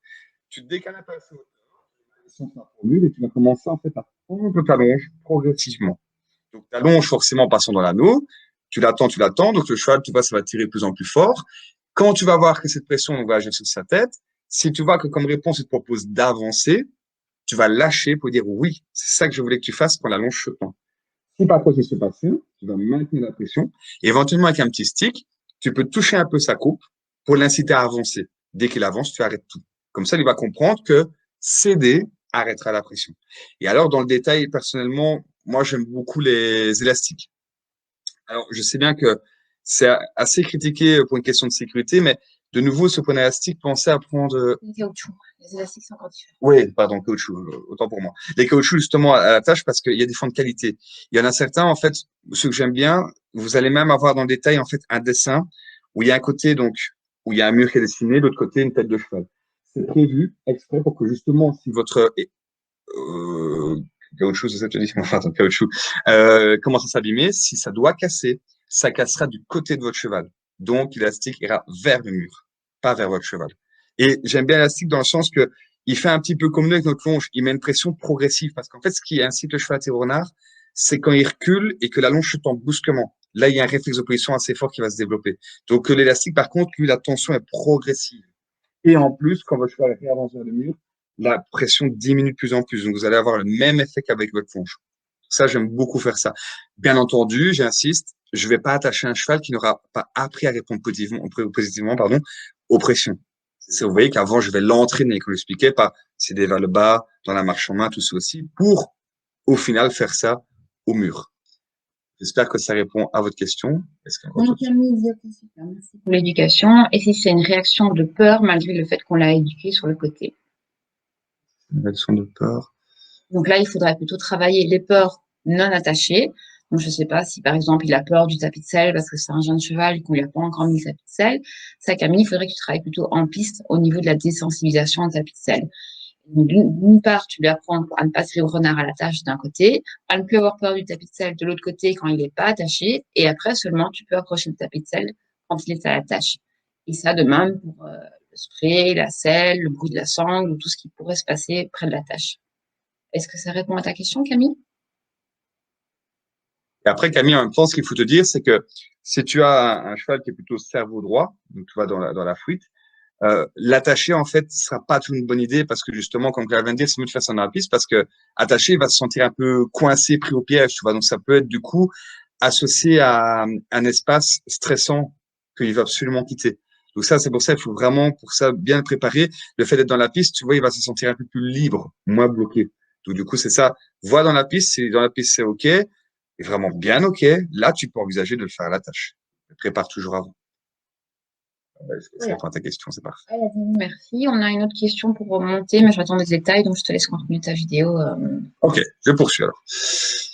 Alors, ici, vous voyez dans la suite, après, je vais vérifier, donc, il cède vers le bas. Je vais vérifier s'il cède aussi latéralement dans dans sa nuque. Donc, ici, vous voyez, je mets une pression latérale avec mon licol. Et vous observez ici, je vais mettre pause pour que vous ayez le temps de voir. J'insiste sur le fait que j'ai pas un relâchement plus ou moins. Vous allez voir ici quand il va se plier, vous voyez en dessous, hop, on voit que maintenant je suis bien étendu. Vous voyez, je la secoue d'ailleurs. Elle est bien détendue. Donc ça me montre vraiment bien que mon cheval cède vraiment parfaitement à ma pression. Donc il est capable en fait de me faire comprendre quand j'agis en fait sur mon licol, la pression agit sur sa droite au niveau de sa tête et la pression que j'attends c'est pareil que dans la nuque, c'est cède. Si je le laisse s'opposer, se verrouiller et que je ne dis rien, il va comprendre que cette pression il peut s'y opposer. Et je pense loin dans le sens que, imaginons j'ai un cheval justement qui fait demi-tour, triple galop. Ce qu'on va beaucoup opter justement en équitation éthologique, c'est cette idée de vouloir plutôt plier. En pliant, on va plutôt avoir inciter comme ça le cheval à freiner ses épaules et donc à freiner les pieds. Et en même temps, on va pouvoir, grâce à ça, reprendre le contrôle des posteurs pour encore plus freiner au niveau émotionnel. Donc, pensez bien que si dès le début, il n'a pas appris à céder positivement à cette pression latérale, mais avec du stress, je ne pourrai jamais le plier. Parce qu'il n'aura pas appris, voire même il aura appris à s'opposer. Et du coup, moi, en voulant le bloquer et l'inciter à freiner en pliant, ben, il va se dire, ben, je sais même pas ce que tu veux. Donc, moi, je ne vais même pas freiner quand tu as une infection maternelle. Donc, du coup, j'ai besoin de lui apprendre. Tu vois, quand je vais agir sur le côté et quand je serai à cheval, tu vas devoir céder latéralement, ne pas taper sur cette pression. Et donc, du coup, en cas de stress, entre guillemets, au problème quand je serai dehors, j'ai plus de chances d'avoir du contrôle. Et pas avoir justement le cheval qu'on voit souvent quand on ne leur apprend pas ça. C'est effectivement le coup classique qu'on connaît tous. Le cheval qui prend le mort aux dents, qui va rouler en colure, toutes ces choses-là, qu'on fait demi-tour, on plie, on essaie de faire tout ce qu'on peut. Rien à faire. Le cheval est complètement verrouillé de la tête jusqu'aux épaules. L'encolure est complètement figée. Et là, vous ne savez plus rien faire. Le seul truc qui peut peut-être vous sauver, c'est votre mort. Mais encore, je suis pas toujours partisan parce que là, vous vous offrez en plus un point d'appui. Et votre cheval, s'il peut s'appuyer sur votre mort, il va pousser encore plus fort et vous emmener encore plus fort. C'est ça. En même temps, vous voyez donc ce côté contrôle pour ce qui nous intéresse dans le cadre donc de ce webinaire, mais aussi, je fais un parenthèse dans le côté aussi physique dans le dressage. Avoir un cheval qui soit très souple dans l'encolure. Il peut pas être souple s'il n'a pas appris à céder latéralement. Vous voyez, tout a un lien. Alors après, justement, ben, j'essaye de vérifier. Vous voyez, je vais mettre une pression avec ma main droite sur ses flancs pour voir s'il est capable de céder une pression. Donc là, en fait, je le prépare déjà à répondre à la pression de ma jambe quand je serai à cheval. Parce que vous avez vu tout à l'heure, j'ai fait bouger ses hanches en bougeant mes pieds. Maintenant, c'est l'inverse. Je lui apprends à céder, vous voyez, la pression de ma main. Parce que cette pression de ma main, je vais après la remplacer par la pression de ma jambe. Et en gros, je vais donc céder ça sur son dos pour reprendre le contrôle, la connexion. Quand j'ai tapé dans cette connexion. Si je vois qu'on fait commencer à se développer, comme je disais, le fait de, tout à l'heure, je ne veux pas passer ton truc qui me dérange ou j'ai peur de ton truc, je vais pouvoir du coup plier, bouger les posteurs pour pouvoir reconnecter, refaire bouger ses pieds. Parce que si je contrôle ses pieds, je contrôlerai son attention, je reconnecterai à moi et là, je serai capable de nouveau communiquer avec lui. Bien souvent, je vous disais, le problème, c'est que on se focalise beaucoup trop que sur nos mains. C'est tout. Donc, on pense qu'à nos mains, notre mort, notre école aussi, peu importe. Mais on ne pense pas à contrôler les pieds du cheval. On pense à la bouche, mais on pense pas au principal, les pieds. Si vous contrôlez les pieds, le cheval, justement, va se connecter à vous et du coup, vous contrôlez sa tête, entre guillemets, donc son cerveau, son attention. Et du coup, vous êtes capable de faire fonctionner son corps. Si vous pensez qu'à vos mains, pensez bien que vous ne contrôlez pas les pieds. Donc, du coup, justement, votre cheval n'est pas connecté à vous. Et du coup, il est capable de vous emmener où il veut. Et là, en même temps, vous voyez, ce que je vérifie, c'est aussi le fait qu'il cède positivement sur son chanfrein. Quand je mets une pression, vous voyez, il doit céder vers l'arrière et pas s'appuyer contre cette pression. Ça pourrait aussi m'aider quand je serai justement, par exemple, sur son dos. Ça peut être une option que quand je vais, imaginons tant de mètres de rêne, parce que parfois il peut me surprendre et démarrer un peu vite, mais qu'ils comprennent que quand la pression va arriver sur son chanfrein, il faut pas pousser contre la pression, il faut céder. Donc en gros, mes rênes sont détendues, il n'y a pas de signal, il n'y a rien.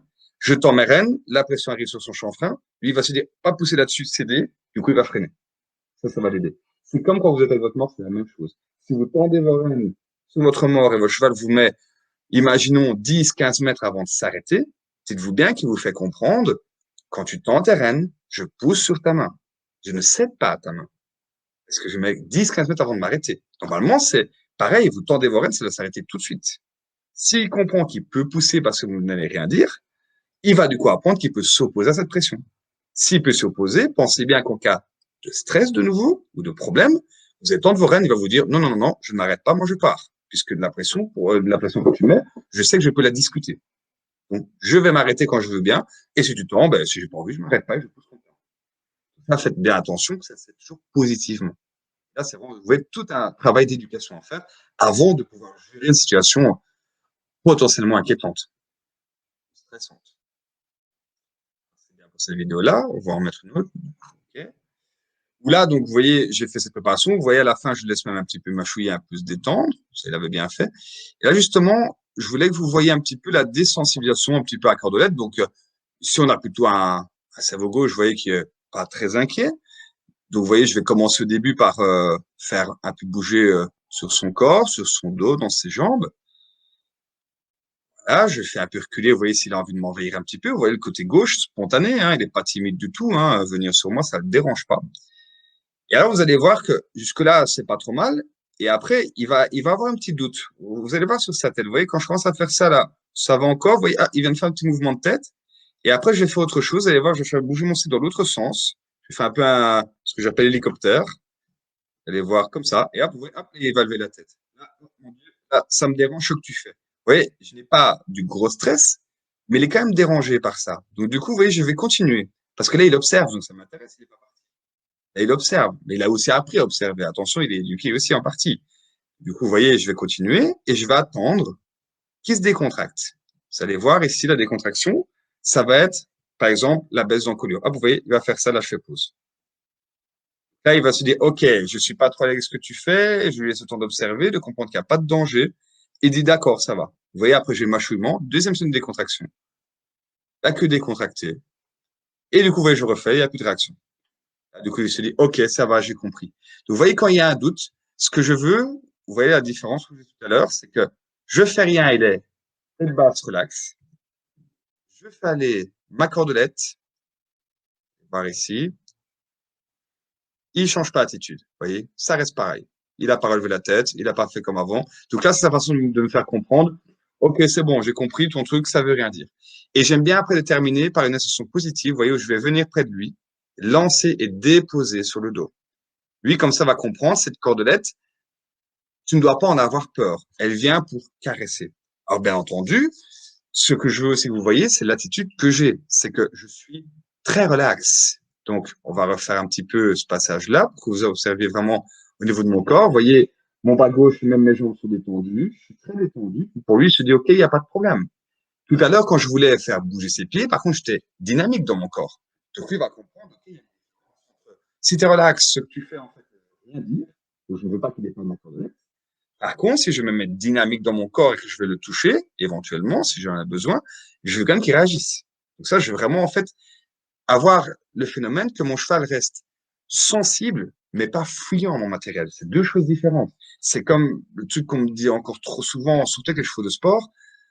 Ah, voilà, mon cheval avance pas. Quand j'ai ma badine en main, par contre, il avance. Dites-vous bien que c'est pas justement une bonne chose. Ça veut dire qu'en fait, votre cheval est beaucoup plus connecté en fait à votre badine dont il se méfie qu'à vous. Donc, du coup, là, ce que vous allez chercher, c'est OK, j'aimerais que tu ne sois pas plus actif quand j'ai la badine. Je vais justement te désensibiliser pour dire, je ne veux pas que tu ailles plus vite avec ma badine. Ma badine, je vais m'en servir si tu t'opposes à mes jambes. Je vais te déranger sur ton idée de t'opposer quand je mets mes jambes. Donc, t'opposer, c'est de ne pas accélérer, de ne pas répondre positivement, toutes ces choses-là. Ce qui est important, c'est vraiment d'avoir ça. J'ai mon matériel en main, je ne l'ai pas, ça ne change rien. Je ne veux pas que mon cheval soit plus dynamique ou plus inquiet ou quoi que ce soit quand j'ai la badine en main. Et ça, souvent, j'entends encore trop.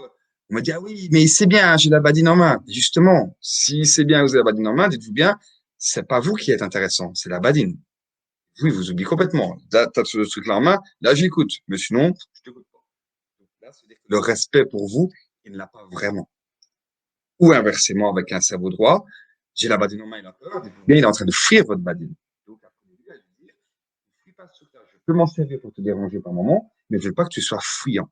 S'il fuit, dites-vous bien s'il a toujours peur de votre badine, soit vous devez vous dire, bon, je m'en sers pas, comme ça, j'évite le problème. C'est bien, mais après, parfois, vous pourriez en avoir besoin pour l'aider à comprendre quelque chose dans un exercice que vous voulez faire, par exemple.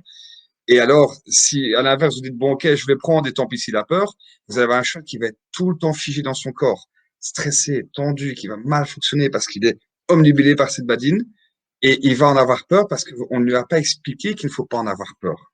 Alors, on est d'accord que, je vous disais en début de webinaire ici, que le cerveau droit sera toujours un droit, le gauche sera toujours un gauche, donc un droit sera toujours sensible, émotif. Mais il apprendra à ne pas avoir peur, il apprend à pas avoir peur. Il a besoin de confiance, de répéter les choses, de refaire beaucoup les choses. Que par contre, n'oubliez pas, en gauche, il a besoin de respect. Donc, évitez avec un gauche, surtout un introverti, de trop désensibiliser. Parce que votre badine, si vous allez vous dire, ou même la cordelette, je vais caresser, je vais faire du mouvement, il n'y a pas de problème, comme c'est l'air vraiment pas peur. Ben, dès le début, vous dites, mais de toute façon, j'ai pas peur de ta cordelette. Donc, tu me confirmes vraiment que je ne dois vraiment pas réagir quand tu fais bouger ta cordelette. Donc, si à un moment donné, vous avez besoin de vous servir de votre cordelette ou de votre stick pour les faire bouger, il va pas bouger. Parce que vous l'avez fait comprendre, il n'y a pas de problème. Donc, dès le début, lui, il s'est dit, mais j'ai pas peur. Et en plus, il m'a confirmé qu'il faut vraiment pas bouger les pieds quand tu te sers de ton matériel. Donc, en fait, quand tu te sers de ton matériel, vous voyez, c'est deux nuances. Il faut vraiment penser à dire, est-ce que mon cheval, voilà, est inquiet, se méfie, ou si déjà dès le début n'est pas anxieux, ben, je vais éviter de trop désensibiliser. Ça, je vais vraiment vous envoyer, avec dans la vidéo, ce fait surtout du doute, et après du OK, j'ai compris. C'est relax. Tu fais rien. Si tu es détendu, je sais que ça veut rien dire ce que tu es en train de faire. Pareil, donc avec le droit, vous étonnez pas que la personnalité justement que vous avez développée, ce sera donc fais-moi confiance, mais s'il reste toujours anxieux, quand vous allez lever votre stick, il va toujours avoir un petit doute. Vous étonnez pas. Il va relever la tête, dire mon Dieu, qu'est-ce que tu fais avec ton stick? Et après, il va rebaisser aussi parce qu'il va se dire OK, je me souviens, ça va, ça veut rien dire. Parce qu'il reste toujours sensible dans son caractère. J'espère que c'est assez clair, assez illustratif pour vous, cette vidéo. Je pense qu'on peut maintenant continuer un petit peu. Je vais fermer ça. Hop. Démarrer. Est-ce qu'il y a des questions sur ça pour le moment ou est-ce que c'est assez clair pour vous? En fait, il y a des questions pour la partie montée, mais donc je voulais Ah ben, je vais te laisser continuer. dans ton port, il y avait prévu la partie montée ou pas. Donc, on est sur cette diapo-là, Ouais. de préférence sol puis à cheval. Tu n'as pas fini finalement les flexions d'encolure? Monter? Oui. Non. Mais maman, ça, Si, je les ai montrés. on les a montrés. Ouais, si, je les ai montrés. Si je lisais le chat à ce moment-là. Parce que donc, il y a une question de Laurent, je reviendrai à ta question Aurélie, après. Donc, la question de Laurent, c'est de savoir comment est-ce qu'on arrête le cheval, du coup, monter. Donc, ben voilà, donc Laurence, il faut faire une flexion d'encolure, que ce soit au licol, au bridon, au side pull, avec n'importe quoi. Tu plies ton cheval et tu demandes à l'encolure du cheval de venir vers ton étrier. Et donc ça, tu prépares au sol. Et puis monter, tu fais la même chose. Et petit à petit, tu vas pouvoir arrêter ton cheval dans n'importe quelle situation. Donc, il faut déjà que en piste, à l'entraînement, ce soit léger ou pas, avant de le faire au trot, et que ce soit léger au trot, avant de le faire au galop. Et ben, j'ai encore travaillé ça avec une élève cet après-midi. Donc, je dis toujours à l'entraînement, faites-le à 2 doigts. Comme ça, si vous pouvez le faire à 2 doigts l'entraînement, vous pourrez le faire à pleine main le jour où il y a vraiment une urgence et quelque chose qui nécessite vraiment d'arrêter son cheval. Si à l'entraînement, vous êtes déjà à plein de main pour l'arrêter avec une flexion d'encolure, ce sera compliqué en cas d'urgence. Alors, Laurence, fais-moi signe si ça répond à ta question. Alors, à côté de ça, nous avons la question d'Aurélie. Donc, Aurélie a un cheval qui fait des coups de cul dès qu'elle monte dessus. Donc, moi, la première question que j'ai envie de poser à Aurélie, est-ce qu'on est sûr que le cheval est en ordre au niveau vétérinaire? Est-ce qu'il n'y a pas de douleur? Est-ce qu'il n'est pas coincé? Est-ce qu'il a vu un ostéopathe? Est-ce que la selle lui va bien? Est-ce que la selle ne lui crée pas de douleur, ne lui occasionne pas de gêne? Voilà, pour sûr qu'il n'a pas d'inconfort par rapport à ça. Ensuite, la question que j'ai demandé à Aurélie, c'est si son cheval était déjà débourré. Donc, elle ne sait pas. Il a 11 ans, elle vient de le dire, elle ne sait pas s'il est débourré. Et donc, je pense qu'au niveau du débourrage, je ne sais pas si c'est débourré, il s'était raté ou s'il y a des choses qu'il n'a pas bien compris. Mais en tout cas, il a trouvé une autre solution pour se débarrasser de l'inconfort des jambes. Donc, c'est-à-dire que dès qu'Aurélie, ou je ne sais pas qui monte le cheval, presse les jambes, le cheval préfère faire un coup de cul. Et quand c'est un coup de cul qui va être un peu déséquilibré, donc la pression des jambes, souvent, elle s'enlève et donc le cheval retrouve le confort comme ça. Et donc, le fait que tu me dis que c'est un gauche introverti, c'est vraiment le cheval qui est dans la négociation et que plutôt de dire je me porte vers l'avant, je fais un coup de cul, je me débarrasse de l'inconfort et c'est OK comme ça. Donc, qu'est-ce que tu dois faire maintenant? C'est t'accrocher, garder les jambes pressées, t'aider avec quelqu'un au sol qui va pouvoir pousser ton cheval pour lui montrer que c'est vers l'avant qu'il faut y aller. Et dès qu'il fait un mouvement vers l'avant, relâcher les jambes et féliciter. Voilà, ça c'est une petite rééducation. Si je peux me permettre. En fait, c'est ce que je disais tout à l'heure. Hein. Tu vois, le cheval est toujours motivé par le relâchement de la pression. Donc, du coup, s'il comprend une réaction, toi, par erreur, le coup de cul, si j'ai bien compris, tu vois, fonctionne pour que tu arrêtes ta demande. Mais si tu refais à chaque fois la même, entre guillemets, erreur, parce qu'à chaque fois, tu arrêtes ta pression quand il fait ça, tu lui fais comprendre qu'en fait, il a raison de faire ça. Donc, c'est ça que, comme Claire tu disais, il faut essayer donc de garder pour lui faire comprendre, si tu fais ça, la pression ne s'en va pas. La personne au sol peut rajouter effectivement une gêne pour dire, oui, trouve la solution d'aller en avant. Et par contre, quand il va en avant, là, tu félicites en arrêtant ta pression et en gratouillant, en faisant son plaisir, par exemple. C'est vraiment le moment où tu arrêtes la pression qui va enseigner à ton cheval la bonne réponse. Donc, si tu mets les jambes, il fait coup de cul, tu arrêtes les jambes, c'est la solution pour arrêter tes jambes de faire le coup de cul. Il faut éviter de lui apprendre ça. Pour Aurélie, je pense que c'est OK. C'est à elle de nous dire si ça va pour elle. Donc, Laurence demande si l'arrêt en pliant l'encolure, si je comprends bien. Oui, Laurence, je comprends bien. Donc, l'arrêt sur les deux reins, c'est pour la précision, mais pour le contrôle, on va agir sur une reine. Je peux plus facilement s'appuyer sur les deux reins que quand on agit sur une seule. Et donc, effectivement, l'idée, tu vois, c'est que il faut bien entendu leur apprendre, comme Claire disait tout à l'heure. Si déjà ça ne s'aide pas au sol, monter ça ne s'aidera pas. Et évidemment, leur apprendre à pouvoir faire ça au pas, d'une manière très légère. Et en plus, pour reprendre ce que Claire disait, si déjà ton cheval est très lourd pour s'arrêter en inflexion latérale, alors qu'il est calme, dis-toi que très lourd, ça veut dire qu'il est dans l'opposition, dans le fait de mettre du poids sur la pression de ta demande. Donc, s'il y a à ça, tu ajoutes du stress ou un problème, le stress va faire que naturellement le cheval va se durcir un petit peu, c'est normal.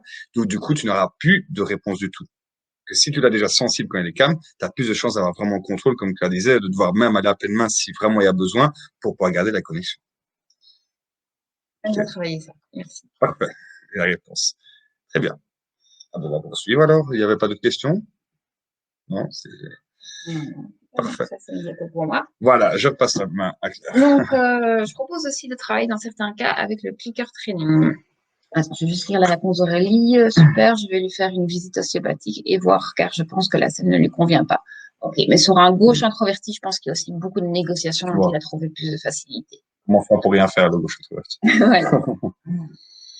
Donc, au niveau du clicker training, le clicker, c'est quoi? C'est le petit boîtier que vous voyez là sur l'image. Donc, c'est un petit boîtier qui permet de faire un son, qui fait une sorte de click-clock, et qui va faire toujours un son identique. Et on va faire un conditionnement pavlovien. Donc, on va proposer qu'à chaque fois qu'on fait ce son, on va donner une friandise au cheval. Donc, très vite, le cheval va associer, oh, il y a ce son-là, donc ça veut dire que je vais avoir une récompense alimentaire. Et donc, ça nous permet en fait de faire un pont entre le moment où le cheval donne la bonne réponse et le moment où on peut donner la friandise dans la bouche du cheval. Je prends un exemple tout simple, votre cheval est à la tâche et vous voulez le féliciter parce qu'il a été parfaitement immobile.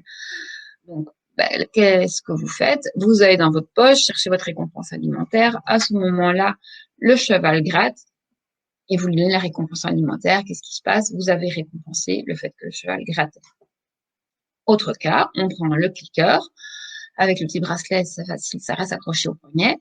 Le cheval est parfaitement immobile, on clique, là il sait qu'il a bien fait et il est tout en alerte en attendant sa récompense et vous avez le temps d'aller chercher dans la poche pour chercher la récompense et vous avez vraiment récompensé le moment précis où il était à l'arrêt. Alors moi je m'en sers aussi pour plein de cas, c'est pas le sujet du jour, on peut éventuellement prévoir un webinaire sur ce sujet-là si ça vous intéresse. Mais donc pour tous les objets intrigants que le cheval va avoir peur, qui va du coup dire je m'arrête, je recule, je veux plus avancer et tout ce genre de choses, je vais lui proposer de toucher tous ces objets divers avec son nez, de venir s'y intéresser. Et dès qu'il fait un pas vers ces objets, je commence bien sûr au sol, je vais cliquer et donner une récompense alimentaire. C'est un petit peu comme quand vous étiez enfant, vous jouez au jeu chaud et froid. Il y avait quelque chose qui était caché, et puis dès que vous vous approchez de l'endroit où c'était caché, on vous disait ah chaud, chaud, ça fait chaud. C'est comme si on travaille chaque fois avec le clicker, et quand vous vous éloignez, on disait froid, ça refroidit. Et donc ici, chaque fois qu'on dit chaud, voilà, chaque fois que le cheval va approcher l'objet, on va cliquer, et donc petit à petit, il va être motivé pour chercher qu'est-ce qu'il peut faire pour avoir encore un clic et donc une récompense. Et donc on peut vraiment les conditionner à les toucher avec le nez. Tout ce qui est intriguant, tout ce qui est anormal, un sac poubelle, aujourd'hui on l'a fait encore avec un bac d'eau parce qu'il y avait la roue du moulin juste derrière, et ça a intrigué un cheval, une bâche, vraiment plein de choses. Et donc du coup ça va transformer le réflexe du cheval de faire oh au secours, il y a un truc que je gère pas, à oh qu'est-ce que c'est que ça? Peut-être que je pourrais avoir une carotte si je mets mon nez dessus. Et donc ça aide vraiment le cheval aussi pour travailler sur les peurs, surtout pour tous droit dans ces cas-là. Et après, ça peut motiver les gouges qui vont fonctionner pour la récompense alimentaire plutôt que par la générosité des cerveaux. Voilà. Alors, on est sans Stéphanie. Oui. Donc, bonsoir. Si ma jument hennit élève la tête dès qu'on sort, je panique et fais demi-tour. Elle a donc gagné. La solution serait de mettre de la pression jusqu'à ce qu'elle se calme et lâcher dès qu'elle arrête d'hennir. Pour que cela reste énerver plus. Je me souviens d'avoir vu cette question-là quand on a reçu les inscriptions. Ah ouais, d'accord. Oui, mais là, par contre, j'ai lu, j'ai pas encore analysé la question. Donc, il y a plusieurs choses, Stéphanie. Donc, parce que je me souviens quand j'avais lu, oui, il faut apprendre à gérer ton stress et à respirer. Donc, la première chose serait de pouvoir reprendre le contrôle des pieds de ton cheval, de pouvoir faire une flexion d'encolure et ensuite de pousser les hanches. Donc, pousser les hanches permet de recapter l'attention du cheval et de reconnecter le cheval sur vous. Donc, vous l'avez vu dans la vidéo qu'Alexandre a montrée avec son cheval, il se décalait vers les hanches et à chaque fois, le cheval lui refaisait face. Monter, c'est un peu le même principe. On va, avec l'aide de la jambe isolée, pousser les hanches, donc demander au postérieur de s'engager sous le cheval et donc à la tête de revenir un petit peu du côté où on va faire la flexion et on va demander aux hanches de bouger et ça va reconnecter le cheval à nous plutôt que de dire je tire sur les deux reins et mon cheval lève la tête. Si l'hennissement, c'est les séparations ou les retrouvailles, là, c'est très probablement un cas de séparation, donc le cheval n'est pas du tout connecté avec vous, mais qui cherche la connexion des autres chevaux. Donc, il faut vraiment vous rendre plus intéressant que l'environnement, que les autres chevaux. Donc là, je conseille vraiment de faire une flexion, un contrôle des hanches, de repartir au pas. Si ça il se remet à hennir, à lever la tête, on refait une flexion, on repousse les hanches.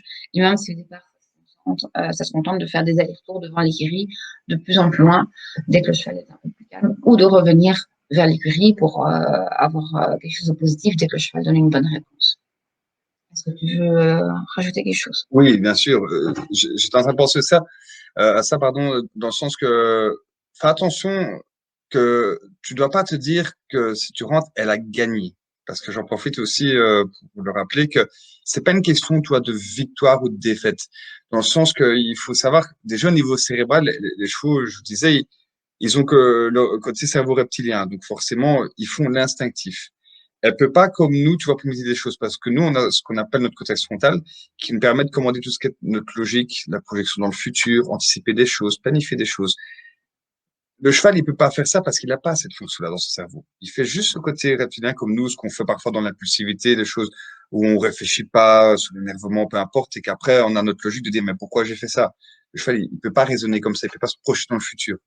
Donc, du coup, il va juste se dire, ben là, tu vois, effectivement, comme Claire vient de te dire, ben, le fait de dénir, c'est, ah, je quitte les copains, voilà, toi, j'ai pas trop confiance en toi, peu importe, donc, je préfère rester avec mes copains qu'avec toi.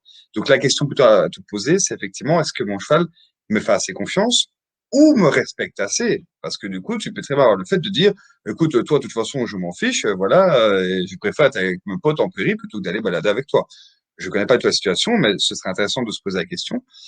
Et en même temps, je voulais aussi ajouter le fait que selon le tempérament de votre cheval, il ne faut pas avoir peur même de descendre de cheval. Parce que si vous avez plutôt un droit, donc un cheval vraiment anxieux, dites-vous bien que le droit, il est plutôt suiveur. Le gauche est plutôt meneur, en général. Donc du coup, le suiveur, forcément, ça ne le dérangera pas que vous descendiez.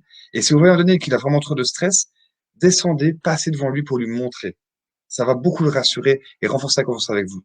Et ne dites pas ce qu'on pense encore trop souvent, ah, mais si je descends, il va gagner, tout ça. Puisque je le répète, ce n'est pas une question de victoire ou de défaite. Le cheval n'est pas en train de faire un combat contre vous. Il est en train de trouver la solution pour lui la plus facile à ce moment présent là. Comment arrêter cette pression? Je cherche la solution qui, pour moi, cheval, serait la mieux. Mais c'est rarement celle qu'on veut. Donc, du coup, là, il faut te dire que s'il y a ça, que s'il ne te demande pas ton avis et qu'il appelle les autres, c'est que voilà, soit manque de confiance avec toi, ou alors manque de respect, suivant si tu as un gauche ou un droit, ça dépend. La tête relevée, ça peut être aussi dû à l'excitation. Tu vois, c'est pas que du stress, ça dépend. Mais bon, en général, c'est plutôt de l'inquiétude, hein, mais parfois, ça peut être justement un petit peu d'excitation aussi. Mais donc, comme Claire disait, moi, je serais plus d'avis de faire ça et de même tester, parce que tu vois, comme je disais, si au sol, ça ne va pas, monter, ça n'ira pas. Donc, teste déjà si au sol aussi, à la longe, tu peux déjà l'emmener balader et faire du positif avec toi, par exemple, en l'emmenant pour brouter. Laisser manger, par exemple, dehors, pour faire un truc agréable quand il quitte les copains. Tu vois, tu dois vraiment jouer sur les deux, de dire, je dois être intéressant et mon cheval doit être, du coup, motivé de vouloir venir avec moi et d'accepter de quitter ses potes. Ça, il faut vraiment pour ça être assez stratégique. Oui, mais du coup, j'aurais envie de rajouter, si c'est pour emmener le cheval brouter, de faire attention à la manière dont on le fait brouter. Donc, Bien vraiment dire, sûr, ouais. à cet endroit-là, tu peux brouter, on fait une pause, Ouais. mais quand on décide qu'on ne peut pas, on ne peut pas. Et pas être un peu comme avec un chien en laisse, parfois, où le cheval tire et on le laisse tirer. Voilà, Mhm. c'est soit on relâche la longe et il a le droit de brouter, soit il peut pas, et on le reprend vers nous, et la longe se retrouve relâchée après. Mais pas l'entre-deux qu'on voit très souvent. Ça. Et c'est exactement ça, parce que ça montre comme dans la vidéo que j'ai montré tout à l'heure, ben, que ton cheval n'apprenne pas, tu vois, effectivement, à tirer pour venir manger aussi. Et ça, c'est pas non plus parce qu'on va créer un mauvais comportement.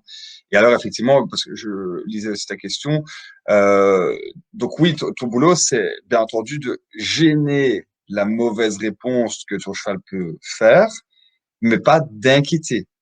Alors, c'est compliqué parce que si tu en fais trop, tu vas inquiéter. Du coup, si tu as un droit, tu vas accentuer l'émotionnel. Donc, la panique va être de plus en plus loin. Si par contre, tu n'en fais pas assez, le cheval va t'oublier. Tu vois. Donc, c'est un peu le dilemme à avoir. Il faut vraiment que tu sois plutôt dans l'idée de mettre plutôt de l'énergie, de la pression, comme tu mettais, plutôt sur des choses précises. Par exemple, le fait de pouvoir plier, de bouger les posters. Bouger les posters va beaucoup freiner le cheval et le canaliser sur toi, le renforcer son focus sur toi. Si tu veux mettre un peu de pression, entre guillemets, ce serait plutôt sur ça.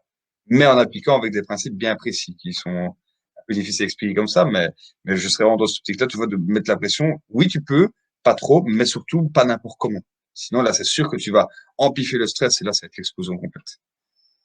J'ai envie de rebondir aussi dans la partie où tu disais qu'il faut descendre du cheval et tout ça. Donc, il y avait justement Mhm. une personne, je ne sais pas si elle est connectée avec nous ce soir, qui parlait que au sol, il n'y a pas de souci chaque fois qu'elle descend, mais monter, ça ne va jamais. Mhm. Donc, ce qui serait intéressant pour elle, ce serait de travailler un peu différents types de conduite. Peut-être qu'au sol, ça va quand elle est Ouais. devant son cheval, petit à petit, de apprendre à son cheval à avancer de lui-même un peu plus en avant et donc passer d'une conduite où le cheval est derrière à une conduite où le cheval est à côté et puis est à la hauteur de l'épaule et donc l'encolure est un petit peu plus devant. Donc, ça va apprendre un peu au cheval à pouvoir passer devant et à être un peu plus autonome par rapport à ça. Ça peut d'abord se travailler au sol, avant, au sol, bien sûr, au sol, se travailler en piste sur des difficultés comme passer une bâche ou des couloirs de rubalise ou autre, avant de le faire en extérieur. Oui, ou encore un autre cheval aussi, parfois. Voilà, un autre cheval qui peut passer devant, évidemment un cheval qui est bien dans sa tête, tu vois, qui est à l'aise pour aller en balade, qui peut servir un petit peu de guide et pour faire une association positive, évidemment, avec l'extérieur. C'est tout à fait intéressant à faire. Bah après, voilà, de nouveau, je reviens sur cette histoire toujours de respect et confiance, que il faut toujours que ton cheval reste quand même toujours connecté à toi. L'autre cheval peut aider, c'est sûr, à gérer l'extérieur, mais il faut qu'après tu puisses dire, ben, je peux aussi aller balader toute seule. Ça, c'est vraiment là que tu vas voir, c'est vraiment un respect ou la confiance. Alors, je retrouve le message de Oui, Stéphanie. Ok, super, merci beaucoup. J'ai bien compris. En réalité, tout va bien dans les contours de prairie et dès qu'on sort, le comportement change complètement. Je vais donc essayer de la reconnecter par flexion. Aussi, dès que je descends et je suis à côté, tout va de nouveau mieux. Je ne sais pas si je suis claire car je réponds en même temps que je vous écoute. ouais. Oui, merci pour le temps que vous avez pris pour moi. Plaisir. Voilà. Très bien. Essaye avec ces quelques pistes-là. Ça, je pense que ce serait une bonne idée. Et après, tu vois ce qui va le mieux. Quand tu vois que ça monte au cacahuète, tu vois, ce serait plutôt, voilà, cette option plutôt de droite, tu vois, qui serait un peu peureux et descendre, tu vas rassurer, quitte à remonter après, hein. Et petit à petit, tu vois vraiment, c'est quelque chose d'intéressant à faire. Ouais. Content d'avoir pu te répondre. Continue. Tu pas encore, non? C'est clair pour ça? Voilà. Ok. Alors, je peux continuer. Oui. Donc, mais il y avait peut-être aussi la petite vidéo là, Ouais. de conditionnement pavlovien qu'on n'a pas su mettre dans le diaporama. Attends, Audrey nous dit, je pars à chaque fois seule, mais c'est vrai que je peux essayer avec un autre cheval. Ah ben voilà, elle était bien connectée, la personne qui m'a posé cette Voilà. question-là. Donc, ben, du coup, ça te donne des pistes pour aller seule et des pistes pour aller avec un autre cheval. Hop, je vais voir si je sais partager les vidéos.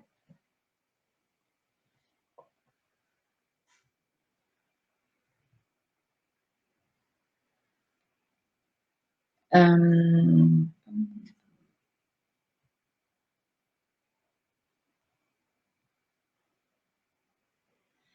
Donc, il y a quelques années, j'ai eu un cheval qui avait peur des bruits métalliques. Suite à un accident sur la route avec, je sais plus exactement. Et donc, on va voir si l'écran fonctionne. Voilà. Donc, par contre, je ne sais pas du tout si vous allez avoir le son. Si vous n'avez pas le son, ce sera embêtant. Voilà. Donc, on avait fait une association positive entre bruit métallique égale carotte dans la mangeoire pour le réhabituer. Alors, on n'a pas filmé dès le début, donc oui, donc Alexandre me demande si vous entendez le son de la vidéo. Donc, vous pouvez le répondre dans le chat. Donc, dès le début, on n'avait pas mis l'intensité très forte. Il n'a pas osé venir directement voir c'était quoi. Mais donc, petit à petit, on a réussi à le faire manger les carottes dans la mangeoire en secouant ce baril métallique avec des cuirs de chandelier. C'est ce qu'on avait trouvé pour faire un bruit métallique. Et ensuite, on lui a appris à pouvoir croiser ce, ce bruit et chaque fois dire, allez hop, tu peux prendre un petit bout de carotte. Non, ils n'entendent pas le son. Et voilà. Mais donc, vous imaginez qu'à chaque fois que vous avez vu Merci, Nadège. le saut métallique, ben, il y a un bruit métallique avec ça. Ah, on entend légèrement, Laura. Ah. Voilà. Donc, peut-être qu'en fait, simplement, je devrais augmenter à fond le son de mon... Là, maintenant, tout le monde va entendre très bien le son, même mieux que ma voix. Vous entendez mieux, là?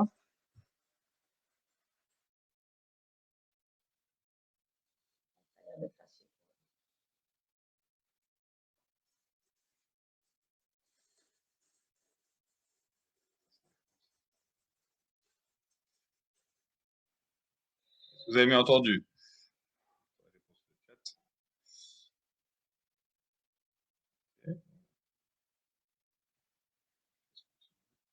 Alors, ben, toujours par rapport aux habituations avec les voitures et les usagers de la route, ben, il y a quelques années, j'avais déjà proposé ce genre de stage.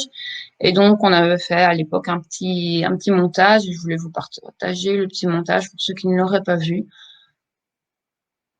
Donc, on a répondu oui un peu pour le son du coup.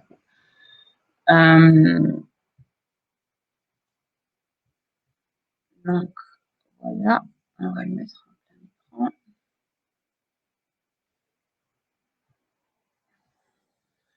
Du coup, c'est bien, vous n'aurez pas spécialement la belle musique qui va avec.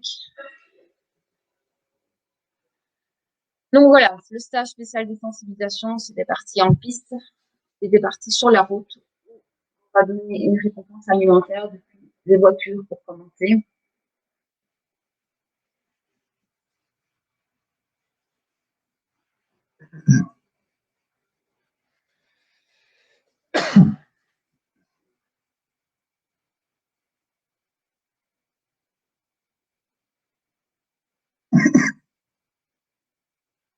Et donc, on va leur proposer vraiment de croiser toutes sortes de choses et donc même des remorques. Souvent, on a des problèmes avec des remorques avec des motos. Alors là, on a la voiture qui commence à klaxonner aussi.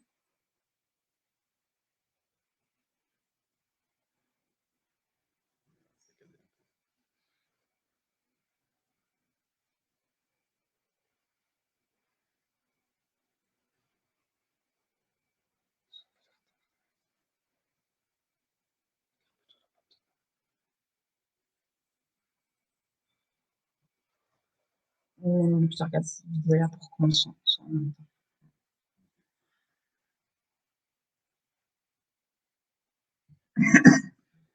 Donc voilà, c'est vraiment tous des chevaux qui, après en balade, ils ont plus peur de croiser des motos, des voitures qui arrivent plein pot.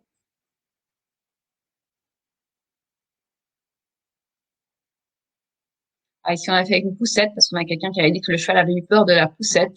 Poussette, trottinette. En piste, on leur apprend à venir toucher des objets incongrus. Bon, si jamais qu'une maman court avec sa poussette, hein, ça pourrait arriver de derrière, de surprendre les chevaux.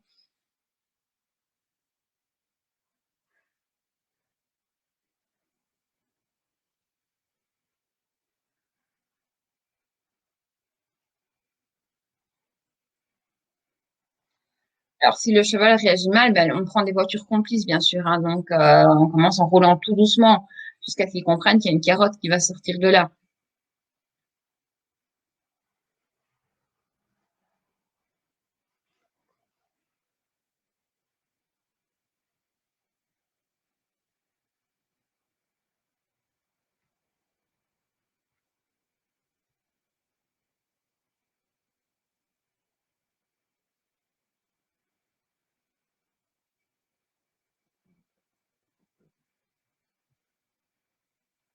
Voilà.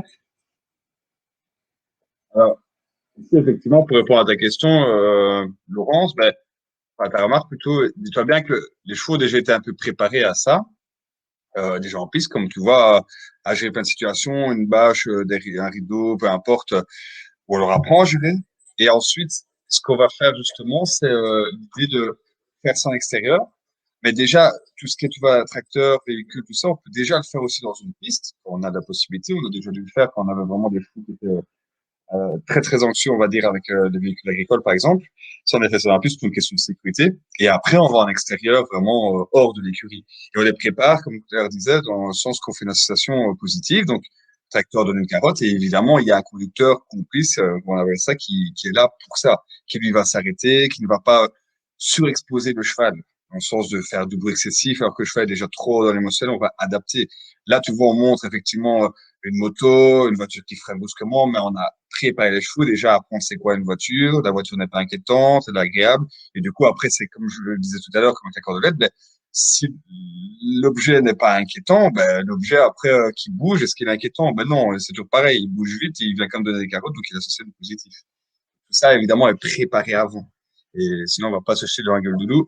Et avant, on a besoin d'avoir du contrôle sur le cheval. De nouveau, tu vois, je reviens là-dedans dans la vidéo. Les stagiaires n'auraient pas pu faire ça si les chevaux n'étaient pas un minimum éduqués. Quand je dis éduqués, tu vois, c'est qu'ils ne tirent pas sous la longe, ils bousculent pas, ils ont confiance en leur meneur et ils le respectent. C'est ça que vous voyez dans toutes les scènes qu'on a vues. Vous avez jamais vu une seule fois le cheval qui a bousculé brusquement son meneur parce qu'ils sont préparés évidemment pour pouvoir faire ce travail-là. On n'a pas fait ça comme ça, improvisé sans préparation aléatoire. Il y a une question de Claudia qui demande s'il n'y a plus de friandises, si ça ne provoque pas de la frustration. Bon, je pense bien que oui, peut-être bien. Je vois parfois mes chevaux qui disent, ah, tiens, cette voiture-là, c'est un tracteur, voilà. Puis au bout d'un moment, bon, voilà, ils n'y pensent même plus puisqu'ils le reçoivent qu'occasionnellement. Enfin, surtout au début, quand on a éduqué. Bon, parfois, je me sers aussi de mes chevaux pour apprendre un nouveau cheval.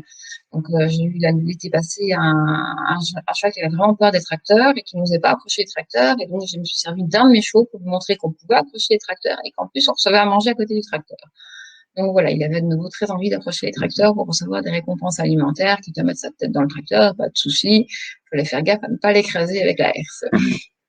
Alors, Laurent, je lisais tes commentaires, bien entendu, tu vois, c'est intéressant comme on va voir parce que si tu as, oui, le cheval qui se braque, qui cabre, tout ça aussi, ben, c'est un problème de respect.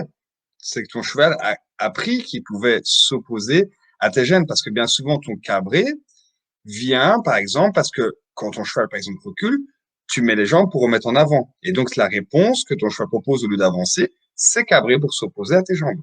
Tout ça, tu vois, c'est une réaction d'opposition. Et comme je connais en plus ta jument, elle est capable tout à fait de faire ça.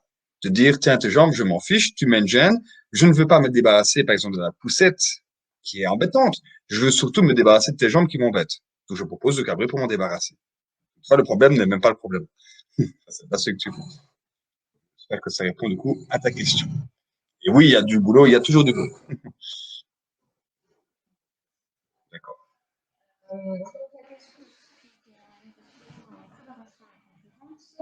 Bon, non, mais on n'a pas toujours important après. C'est pas trop en fait, il y a beaucoup de chevaux en plus. Donc, ben oui, effectivement, quand d'abord, c'est la question que je me posais quand j'avais lu ça. Est-ce que non, c'est avec d'autres chevaux? Et en fait, non, parce que non, j'ai plus de chevaux. Donc, l'idéal, c'est juste de commencer par prendre des droits pistes pour monter dans d'autres écuries, d'autres pistes, en faisant d'autres chevaux avant de se dire carrément à un concours. Donc, et alors, vraiment, de focaliser sur le travail au cheval, qui est la réparation, à croiser les chevaux, alors à distance, loin, et ainsi de suite. Avant de dire, ben voilà, il faut que je fasse parce que en concours, voilà, là, c'est très impressionnant quand on s'en est habitué à ça, on est trop partout, et dire, C'est un peu de son. Ça va être m'entends plus bien. oui, Plus fort. ben oui. Alors, ou alors, on peut aussi couper. Voilà. Donc, j'espère qu'avec ce micro-ci, vous m'entendez mieux. Est-ce que vous m'entendez? J'attends d'avoir une réponse, de voir si on m'entend, puisqu'on n'a pas encore. Voilà, en effet, nous semble. Ah non, nous n'entendons plus, donc c'est pas encore la bonne réponse. Est-ce que maintenant c'est OK que j'ai changé le micro du PC? Parce que si on met les deux micros en même temps, il y a un écho ensuite. Alors, comme il y a un léger décalage, je vais recevoir toutes vos réponses dans quelques instants. Oui, oui. Voilà, on m'entend mieux. Donc, je recommence mon explication du coup pour Laurence. Donc, l'idéal, Laurence, serait d'aller d'abord prendre des droits de piste dans d'autres écuries pour entraîner ton cheval à croiser d'autres chevaux et être avec d'autres chevaux dans la piste plutôt qu'en situation de concours. Parce qu'en situation de concours, là, les croisements et les dépassements sont vraiment très, très serrés. Et c'est compliqué pour les chevaux à gérer ça. Donc, il faudrait le faire dans une grande piste avec moins de chevaux au départ. Donc, petit à petit, avoir des chevaux qui se croisent de plus en plus près et chaque fois remettre le cheval dans le calme, remettre dans la décontraction. Donc, ça peut aussi éventuellement se faire dans le cadre d'un de nos stages pour travailler ce point précis avec des cavaliers, du coup, complices, qui vont agir comme il faut et chaque fois pouvoir te donner les conseils de comment est-ce que tu peux faire avec ton cheval et demander à d'autres cavaliers de passer à telle distance, à telle allure ou à telle vitesse. Voilà, je m'en sors plus là entre. Je sais même plus à qui je répondais en fait. C'était quoi? Audrey, je pense. Non, voilà. En fait, ouais, tout à fait. Et si, il y avait Nadège aussi. Nadège, je voyais aussi ton commentaire, donc que effectivement l'idée c'est de s'adapter et la particularité, pardon, j'ai envie de dire, de notre travail, c'est de s'adapter aux personnalités de ton cheval, enfin de votre cheval, dans le sens que chaque cheval est différent, chacun a son caractère, et l'idée c'est d'adapter la méthode de travail pour déjà voir, comme je disais, est-ce que c'est de la peur ou est-ce que c'est une simple opposition, et du coup savoir comment réagir dans telle ou telle situation. Mais la question, le commentaire de Nadège était en fait une réponse à Laurence ou je ne sais pas qui au-dessus a dit qu'elle avait une moto et qu'elle pourrait faire ça ensemble et voilà, c'est comme ça que Nadège a commencé. Ah d'accord, parce que j'ai pas bien compris alors. Ok, alors moi je vais répondre à la question de Claudia, donc la même question pour le clicker. Est-ce qu'il y a une frustration quand on arrête de donner une friandise? En fait, ce qui se passe quand je travaille les chevaux au clicker, je vais cliquer et récompenser pour la nouveauté. Donc, je vais reporter le moment de donner la friandise et donc, il n'y a pas vraiment de frustration. Et donc, par contre, je vais toujours, à chaque fois que je clique, je vais toujours récompenser. Je ne vais pas arrêter de récompenser à un moment et continuer à cliquer. Donc, je prends souvent le cas où c'est assez naturel pour les personnes. Avec un jeune cheval, on lui prend un pied pour lui apprendre à donner le pied et à curer le pied. Et puis, on lui a bien donné, on lui donne une récompense alimentaire. On fait le deuxième pied, une récompense alimentaire aussi. Le troisième pied, une récompense et ainsi de suite pour chaque pied. Au bout d'un moment, voilà, avant de faire toutes ces formations, c'est déjà quelque chose que je faisais. Hop, côté gauche, je prends l'antérieur, je cure le pied, il a bien donné, c'est très bien, une gratouille. Puis je prends le postérieur et puis hop, une récompense, uniquement une seule pour tout le côté gauche. Même chose côté droit, ça fait déjà plus que 2 récompenses alimentaires au lieu de 4. Puis, on va passer à faire les 4 pieds et donner une seule récompense alimentaire. Et puis, à un moment, on ne s'amuse plus à donner des récompenses alimentaires à chaque pied. À de rares exceptions que j'ai déjà croisées en stage, pour des personnes qui sont très bonbons chouchous pour leurs chevaux. Mais bon, ce n'est pas ça la solution. Et donc, voilà, petit à petit, il y aura toujours une nouveauté pour laquelle on pourra récompenser. Et donc, dans ce cas-là, je ne pense pas qu'on frustre vraiment le cheval, mais on le motive à apprendre d'autres choses. Voilà. Vous avez d'autres questions ?